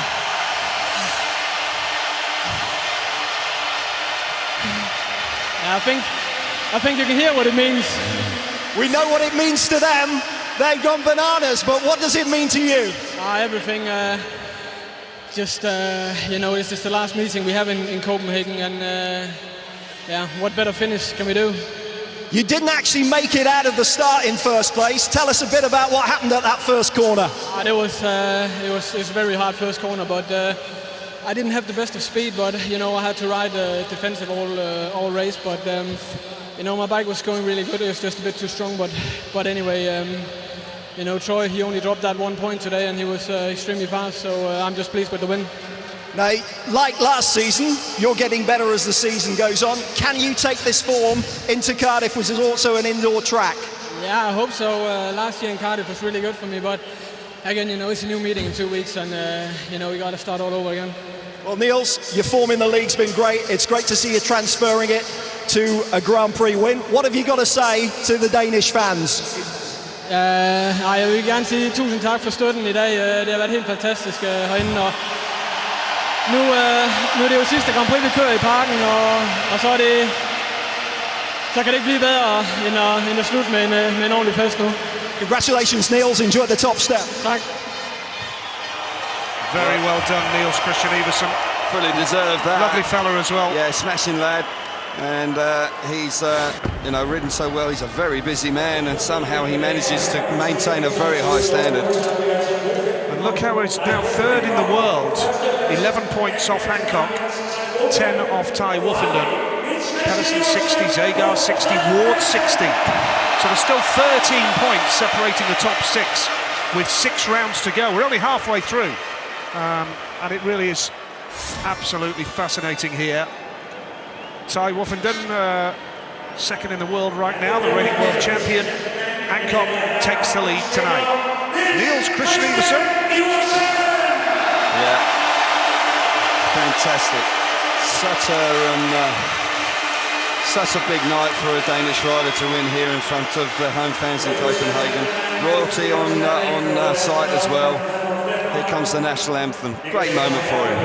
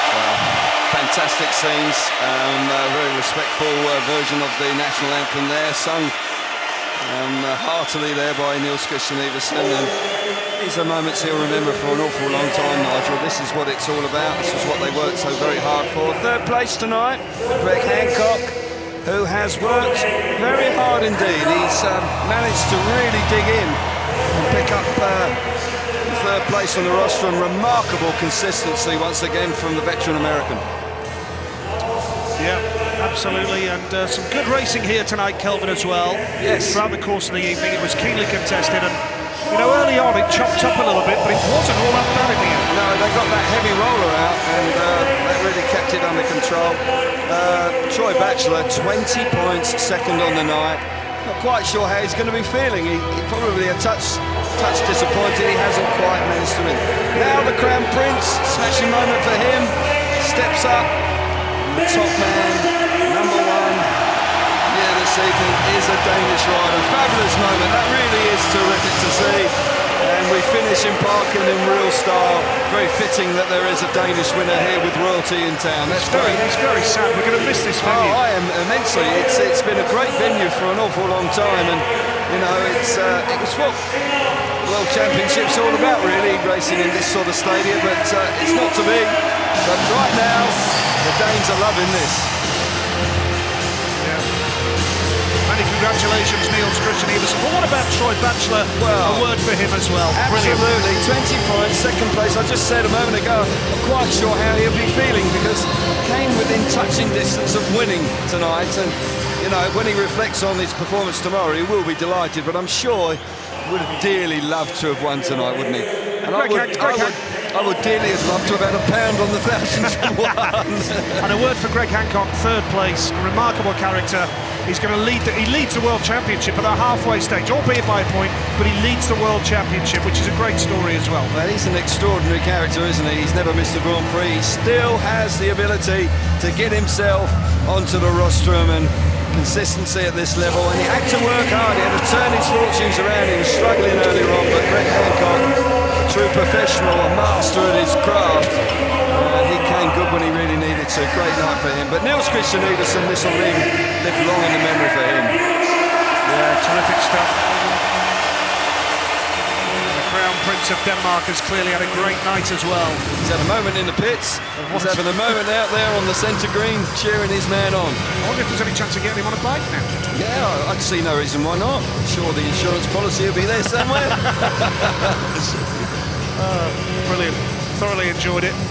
Good fun as always. Some pretty good speedway. And the race for the world. There's so many different subplots. The race for the World Championship, Batchelor and Killerman, the surprise packages. He didn't actually surprise me with Killerman. I thought he'd have a good one tonight. No, I agree with you. I think that Peter Kilderman is a rider that is, no question, has raw speed written all over him, and he's got a few rough edges every now and again. But yeah, he's didn't surprise me at all. I'm like you. I think that he was a rider that was always going to be there or thereabouts. Batchelor was a genuine surprise for me. I haven't seen anything like that for him ever before, and fair play to him. But Niels Christian Everson, now a multiple Grand Prix winner, the world number 3, now lies third in the World Championship.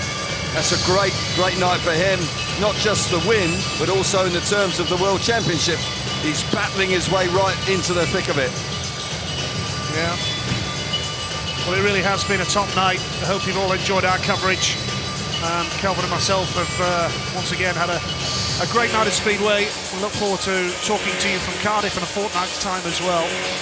And just summing it up, Kelvin, great stuff from Niels Christian Everson. Yes. The world title race as well. Bring on Cardiff in a fortnight. Yeah, can't wait for Cardiff. 2 indoor meetings back to back. Really are high-profile events. We've seen some very good speedway, terrific stories all over the place. Batchelor was sensational. A home winner with royalty in town. Fantastic. Enjoyed your company, Kelvin. Pleasure. Thanks so much indeed.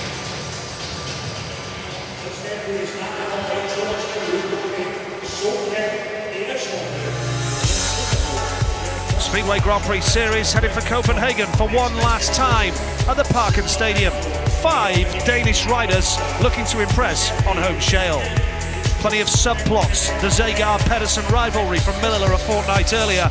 The race for the world title between Greg Hancock and Ty Wupperton that's so close. Freddie Lindgren came off in the early stages of the meeting, but was able to continue. Choppy conditions early on for the riders, but it settled down the track and provided some excellent racing throughout the course of the evening. The story was about 2 men, Peter Killerman and Troy Batchelor. Batchelor went through the card with 5 wins in the qualifiers, and Ty Woffenden had to time his charge to perfection with 2 wins in his last 2 rides to make it through to the semi-finals. Batchelor kept on winning. Zagar missed out by a point, and Michael Jepsen Jensen, in for the injured Chris Holder, he just scraped through. Crown Prince of Denmark was enjoying the thrills and spills of motorcycle speedway. Good crowd enjoying the racing as well. And the Danish contingent doing well.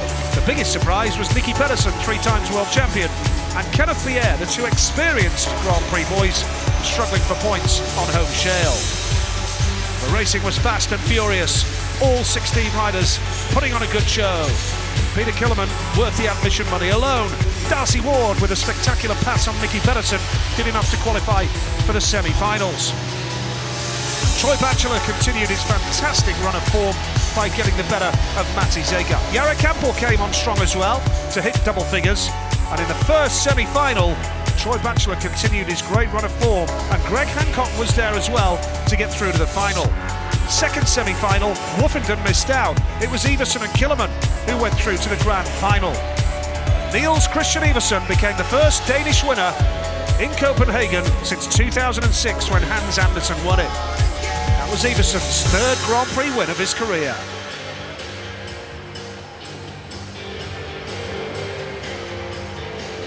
Cheers, mate. Cheers. Cheers. Thank you.